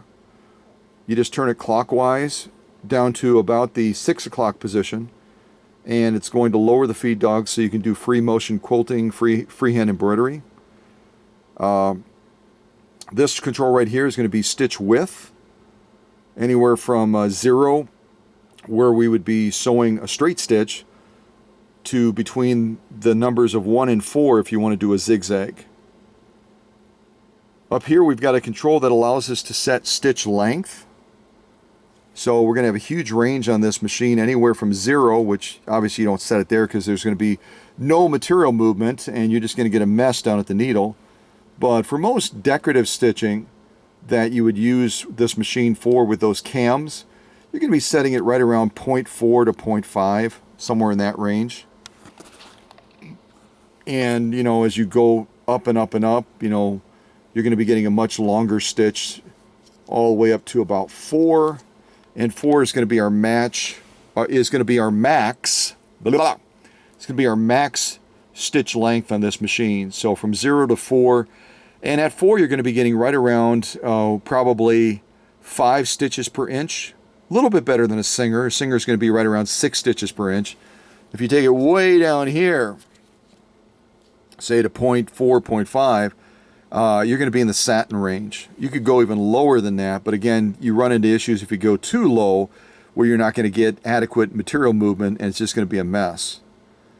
And what this button in the middle is supposed to be for is reverse. But we've got reverse all the time right now on this machine because it's stuck in reverse. But normally you would depress this, it'll sew in reverse. On a number of the models, you're going to have it where it'll push in. It's a 2-stage process. You push it in, it locks in place in your constant reverse, which is not the case right now. Or you have some where it's spring-loaded and you push it in, you're sewing in reverse, and then you let it go and then it resumes sewing forward again.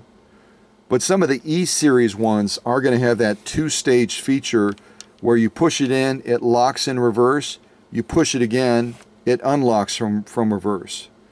So if yours does that, it's not an error, it's not a fault. It's designed to do that. Okay?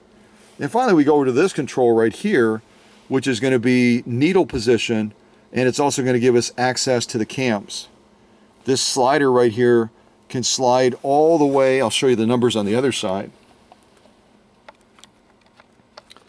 This can slide all the way back to 5, and on these machines, you do not want to operate it with needle swing. In other words, you don't want to be trying to use this machine for zigzag or one of the cam stitches if you don't have a cam in the rear of the machine. The cam is going to set the needle boundaries, and without a cam in there, if you try to do a zigzag, it's potentially going to cause a needle strike and damage your machine. And on the cams, like you saw in the box that Roz sent me, on those cams, position 5 is always going to be a zigzag.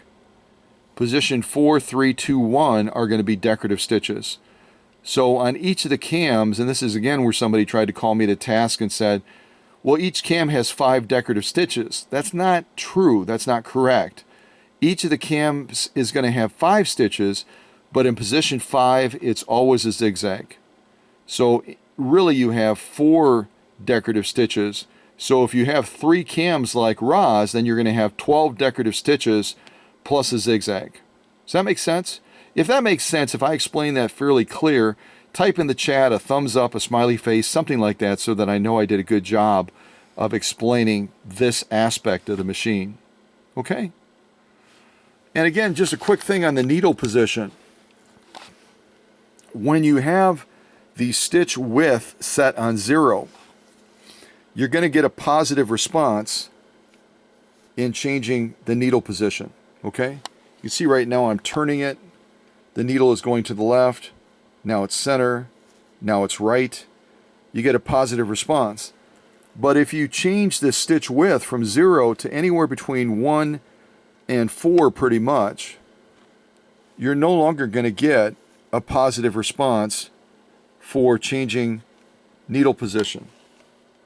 And that's built into the machine as a safeguard, because once you change that stitch width to anything between 1 and 4 pretty much, sometimes if you're in the 1 range, you might still get a little bit of a response from the needle position. But it's meant to take that away, because the cam function is going to dictate where that needle is going to be when it's in that needle swing. Does that make sense? So you don't want to be able to override it with this, because it's going to disrupt what that cam feature is trying to do in executing a stitch, whether it's a zigzag or a decorative stitch, with needle swing. So just realize that if you're going, well, why is my needle position not working? I'm turning it right now. See? I'm turning it and it's not doing a darn thing. Just adjust your stitch width back to 0 and all of a sudden, shazam, it's working again. Make sense? Cool. All right. So inside of the faceplate, we'll kind of look at Roz's machine just briefly here. You can see we've got a couple of things going on here. We've obviously have a needle bar that when we put it into zigzag mode, which I just did, I set it from 0 to 4, it's going to allow that bar freedom of movement now. See that? Kind of pushing it. If I set it on 0, that bar is going to be locked in position where it's only going to flex a tiny little bit, maybe a millimeter, but it's not going to have that freedom of movement, and that's because you're set on a straight stitch right now. And if you ever run into a situation where, as your zigzag, let's say you're set on 4, which is the max. As you're set on 4, if as your needle is swinging, it swings and it clears that throat plate beautifully to the right, but as you're coming to the left, that needle is swinging too far and you're making contact with the edge of the throat plate, or you're really, I mean, you're just basically sliding past it barely, I mean, you're grazing it, then what you want to do to try to reduce the swing to the right is you can make adjustment on this plate right here and work at screwing it in slightly, and it will restrict to some extent how far that needle bar can swing to the right. Okay? And this is going to be our presser foot pressure adjustment right here. On this machine right now, we're pretty high up there as far as presser foot pressure. You tell that by how many threads we here have clearing the top of this housing right here. It's cranked up pretty high. And this may be pretty tight. I may not be able to move it right now. But as you, on this model, as you turn this to the front, it's going to give you more threads up here. It's going to, generally, it's going to increase. Some you rotate it to the rear to increase, some you rotate it to the front. And you can just tell that by lifting the presser foot and seeing how much pressure going down you're getting. Right now it's really, really high up there. So we're set right now to do some heavy duty sewing with that amount of presser foot pressure. But if you've got something in and you're trying to get it underneath that presser foot, and even though you got some really good clearance, you got some really nice clearance here, it's just a little bit thicker than what you can clear. What you can do is you can kind of cheat. You can either drop the feed dogs temporarily, or you can release that presser foot pressure by pushing this tab in right here, like so. Okay? And you notice that this dropped down when we did that. And now what we have is we have free rein to reach underneath here and to hyperextend that beyond the normal boundaries that it would be able to go. See that? So if we have something super thick, we pull it up, we slide it into place, we let it go, but then we have to re-engage our presser foot pressure. Put your thumb on the bottom, put your finger on the top, press it up, and now that presser foot pressure is engaged again.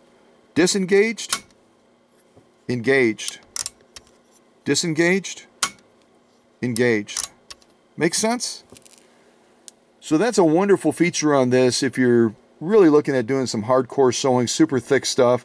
You can't quite clear it. You disengage it.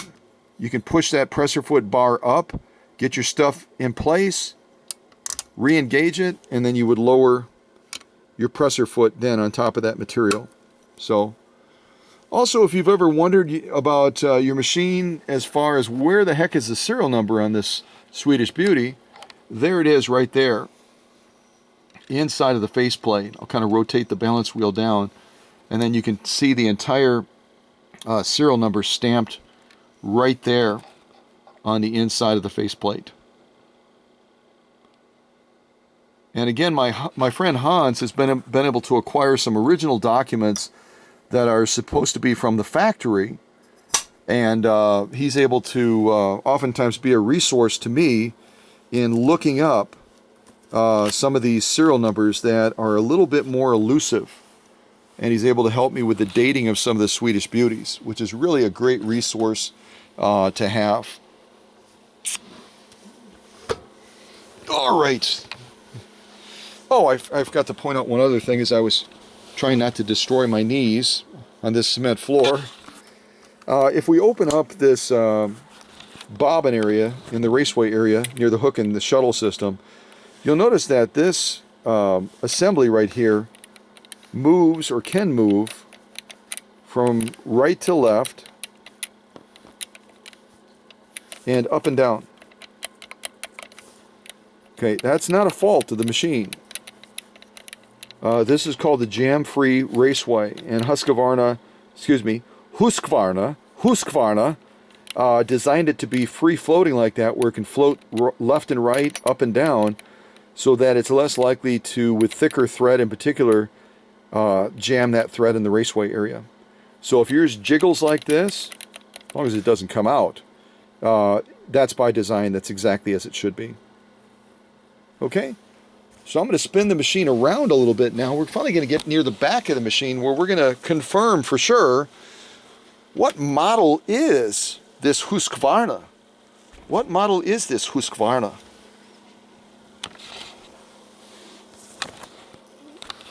Oh, I see something else interesting. I'll just point this out real quick. This, when you're winding a bobbin, you're going to put your thread here. You're going to come through this thread guide. Then you're going to come down to this tensioner right here, right there. And when you go through this tensioner, you're going to kind of come up over the top and then underneath this little finger thing here. But right now this is adjusted incorrectly because the finger is pressed right up against the body of the machine. It should be out about 4 to 5 millimeters. So this is not how, you don't want to try to wind a bobbin right now. It's going to create problems. But again, it's quite simple to wind a bobbin on these machines. So we'll look in the back first and then we'll drop down. So as I had said, right now we have cam AI, which again means it's not the original cam A, it's a revised cam A that they came out with afterwards. And to remove a cam from the machine, you want to make sure, first of all, that that slider on the front, and I've shown this in other premieres, that slider in the front is all the way in position 5, which it is right now, which means that that's going to extend this cam assembly out as far as it can possibly. And then you want to drop this spring-loaded release down, and then you should be able to remove the cam from the machine easily enough. And then when you're reinserting it, just make sure you align it correctly so it'll slide past that little mounting point. Yeah, it's kind of catching a little bit right now, but we'll work with it. And then you release this mechanism and it should slide back in, but we're getting a little bit of a catch on there right now, which sometimes happens if there's buildup or some other issue going on. See that? See how it's not sliding back in freely? It's catching on this piece right here, which is meant to basically give the cam the ability to move but not to turn when it's moving. Not to turn out of position, I should say. And sometimes this little fine reader here will get in the way too when we're trying to insert a cam. So if you ever have that happen, and I'm doing this holding a camera at the same time, I'm going to adjust the stitch width and the stitch length. See if I can get that to rotate back a little bit.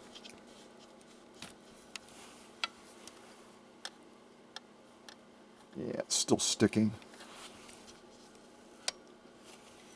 That should do it. There we go. There we go. So sometimes if that sticks a little bit, just work your knobs on the front, and then you'll be able to rotate this fine tuner back a little bit. See how I've got it rotated back now? Now we should be able to put this cam back into position without it sticking as badly. It still needs a lot of attention in here. I can tell that by looking at it. But that should allow us to slide that cam all the way back into position now without running into as much interference, hopefully. Hopefully. All right, there we go. So now we've got it locked back in place properly. But that still is real. It's going to need a fair amount of attention in there. And then you'll notice once we adjust those knobs back, I'll just kind of drop that down so you can see in there a little bit more clearly. Once we adjust those knobs back, you're going to see that fine tuner rotate back into position. So when this centerpiece is down, it's going to be fully engaged and ready to read that cam.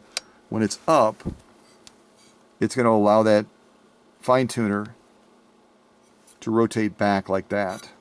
See how I did that? Rotating, it's kind of hard to see, I know, with my big fingers. Rotating back. Oh gosh. Rotating forward. Oh, at any rate, it rotates freely then. So, hard to do with one hand. It is. So, there you go. Engaged now. Disengaged. Engage. Disengaged. Blah. Engaged.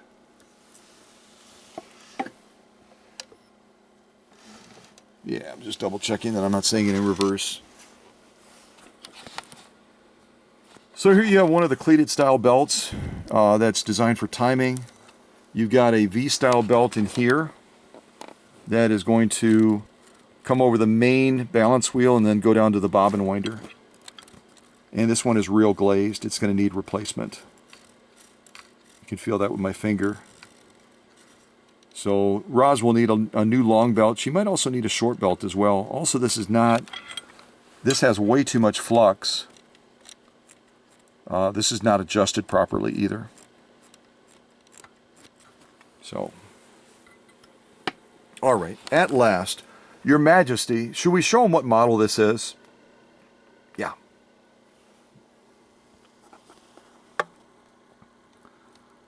So you're going to see that this is a Husqvarna Type 21E. Type 21E. And it does not come with a 1 amp motor like a lot of the E-Series machines. This one was equipped with a larger motor. And it has a 1.5 amp motor. If you're wondering how am I determining that, right here you can see above my fingernail, it says 1,5A. Let me come in on that. 1,5A. That's telling you it's 1.5 amps. And this is set up for US market, so you would not want to use this in the European market where most places are running with 230 volts, much like in Switzerland where Heidi's machine will be operating, and she'll have to use a converter to drop that voltage down, otherwise the machine would be damaged. So this is designed for US circuitry, 110 to 120 volts. It's a 1.5 amp motor, larger than most of the E-Series one. Many of the E-Series machines are going to be a 1 amp motor. 60 cycles on the motor, and then it's recommending a 15 times 1 type needle. In reality, you can use pretty much any of the Schmetz needles that are universal needles in this machine, up to probably about a 110, size 110. Okay? And again, a characteristic of the E-Series type machines is going to be, instead of having a solid motor plate on the rear of here, it's going to have these little holes in it, which I think is pretty good because it allows a little bit better ventilation. Now, the ones that don't have these holes are going to have ventilation on this side and on this side. So they decided to kind of trade off the ventilation on the right side that was similar to this by adding this to the rear of the motor. But as I've said before, when it comes to optimizing a machine like this, there's going to be about 30 service points just on this motor area alone. So a lot of work has to be put into these machines. They're very needy when you're getting them to a sweet spot of running. Once you have that sweet spot, then the machine only needs very minimal maintenance to maintain itself at that level. But I'm seeing all kinds of signs and symptoms here that this has not gone through anything even close to my 126 step optimization, fine-tuning check process. Nowhere near it. So, but we will remedy that. We will remedy that. And this Swedish beauty will be tip-top by the time she goes back to Roz in Michigan. And you'll notice also all the buildup on here. It gives you an idea of what that motor on the inside is going to be like. Motors, again, act like a vacuum cleaner. They suck all that dirt in. They move the dirt around the environment of the machine, and this is an evidence that that motor is in really, really bad state right now. Even though it's got that Swedish pride, and it's trying to run strong and sure, but there's a lot holding that motor back right now. Like I said before, I can tell by the rate of speed and the revolutions. It's not hitting a peak level of what a Swedish Beauty should be, and it's because of all this gunk. And this is only a little bit. This is the tip of the iceberg. Inside of there, it's going to need a lot of TLC, a lot of attention, So this is a Husqvarna Type 21E, and it's a very fine machine, very, very fine machine. And I don't know where Roz got this. She can type in the chat if she's in attendance, which I trust she is, how she acquired this Swedish Beauty. But she did a fabulous job. It's got so much potential, and I'm really looking forward to taking this to the next level and getting this Husqvarna 21E back to a point where she is just running tip-top. So there you go. What do you think, Your Majesty? Yeah. She's one of yours. I get it. Totally get it. Yeah. All right. Well, there you go. I think we accomplished all we set out to do, which is always a good thing. And this Swedish Beauty is going to be she won't get back to the workbench for quite a while. I've got several machines, lots of machines ahead of her, to include the other machine that Roz sent me much earlier on, Florenzia, which I keep trying to get back to her, and then other machines are pressing with greater needs that need my attention. So I'm eventually Florenzia, which is a 301A, gorgeous machine. And I did a full restore on her, brand new paint, decals, the whole works. She will get to a position of being premiered, and then the next machine that Roz sent me after that, that'll get the attention next, will be that Japanese clone machine. And then finally, this 21E. So, but I'm so grateful for customers like Roz that have, they have other options. They're obviously not the best option, but they've got other options. Somewhere out there in Michigan, there's another place, to include maybe that shop where she gets her boxes for shipping. But Roz does not believe in mediocrity. She does not believe in doing things halfway. She wants to do it full throttle or nothing. And full throttle is packing a machine up like this, or like her Japanese clone, or like any other machine that she decides to send to the workshop, and getting it here, because it's going to get a spa day with 126 steps that is like 12 times more intense than she could ever hope to get from any sewing center out in Michigan. And that's true of anyone else that elects to send the machine here to the workshop as well. They're full throttle people. They're not wanting to do things halfway. They want to do things right or not do it at all. So the machine has to come to the workshop. And maybe you're one of those individuals, and I thank you so much, because without folks like you that want to do it right instead of doing it halfway, I wouldn't have a business. I wouldn't have opportunities to service these treasures that so many of you have entrusted to me. So this is a great opportunity to say thank you to you for doing that. Thank you so much. Thank you to Roz. Thank you to others who also have shown that faith and confidence in giving me their treasures to bring them to the top of the game. Yeah, that's what I wanted to say. And also thank you again to our Heroes for History that brought us to over $11,000 in 11 days. Let's just say 10 days and some change. Can we do that? Because I like the 10 days, $10,000 thing. So we'll say $11,000 plus in 10 days and some change. It's kind of fun to say too. So, so much to be thankful for, so much to be grateful for. And I'll leave you with a quote, because I haven't done that for a while. As you live your life, remember, yesterday is history, tomorrow a mystery, but today is a gift, which is why they call it the present. So I hope you're making the most of your gift, the most of your present, before it becomes history. And even as you're living your life right now, that you're looking at every opportunity to do good, every opportunity to set your interests to the side, kind of like my friends Super B and Mindy did, and all the rest of my Heroes for History. They put their life on pause. They set all of their agendas to the side so they could help out a great organization like the History Museum. And maybe it's not helping the History Museum now that we're done with that campaign. Maybe it's helping out a neighbor. Maybe it's helping out a friend. Kind of like we've seen occurring so much down in that great state of Texas as they've gone through the trials and tribulations of that deep freeze. And countless people and businesses have stepped forward and said, count me in. I want to help out my neighbor. Count me in. I want to help out a stranger that I don't even know. That is the good stuff in life, isn't it? That's the good stuff. All right, God bless you guys. Stay tuned for other great premieres where we unbox something, and it may not turn out to be a toaster, but it turns out to be something equally spectacular. All right, take care. Bye.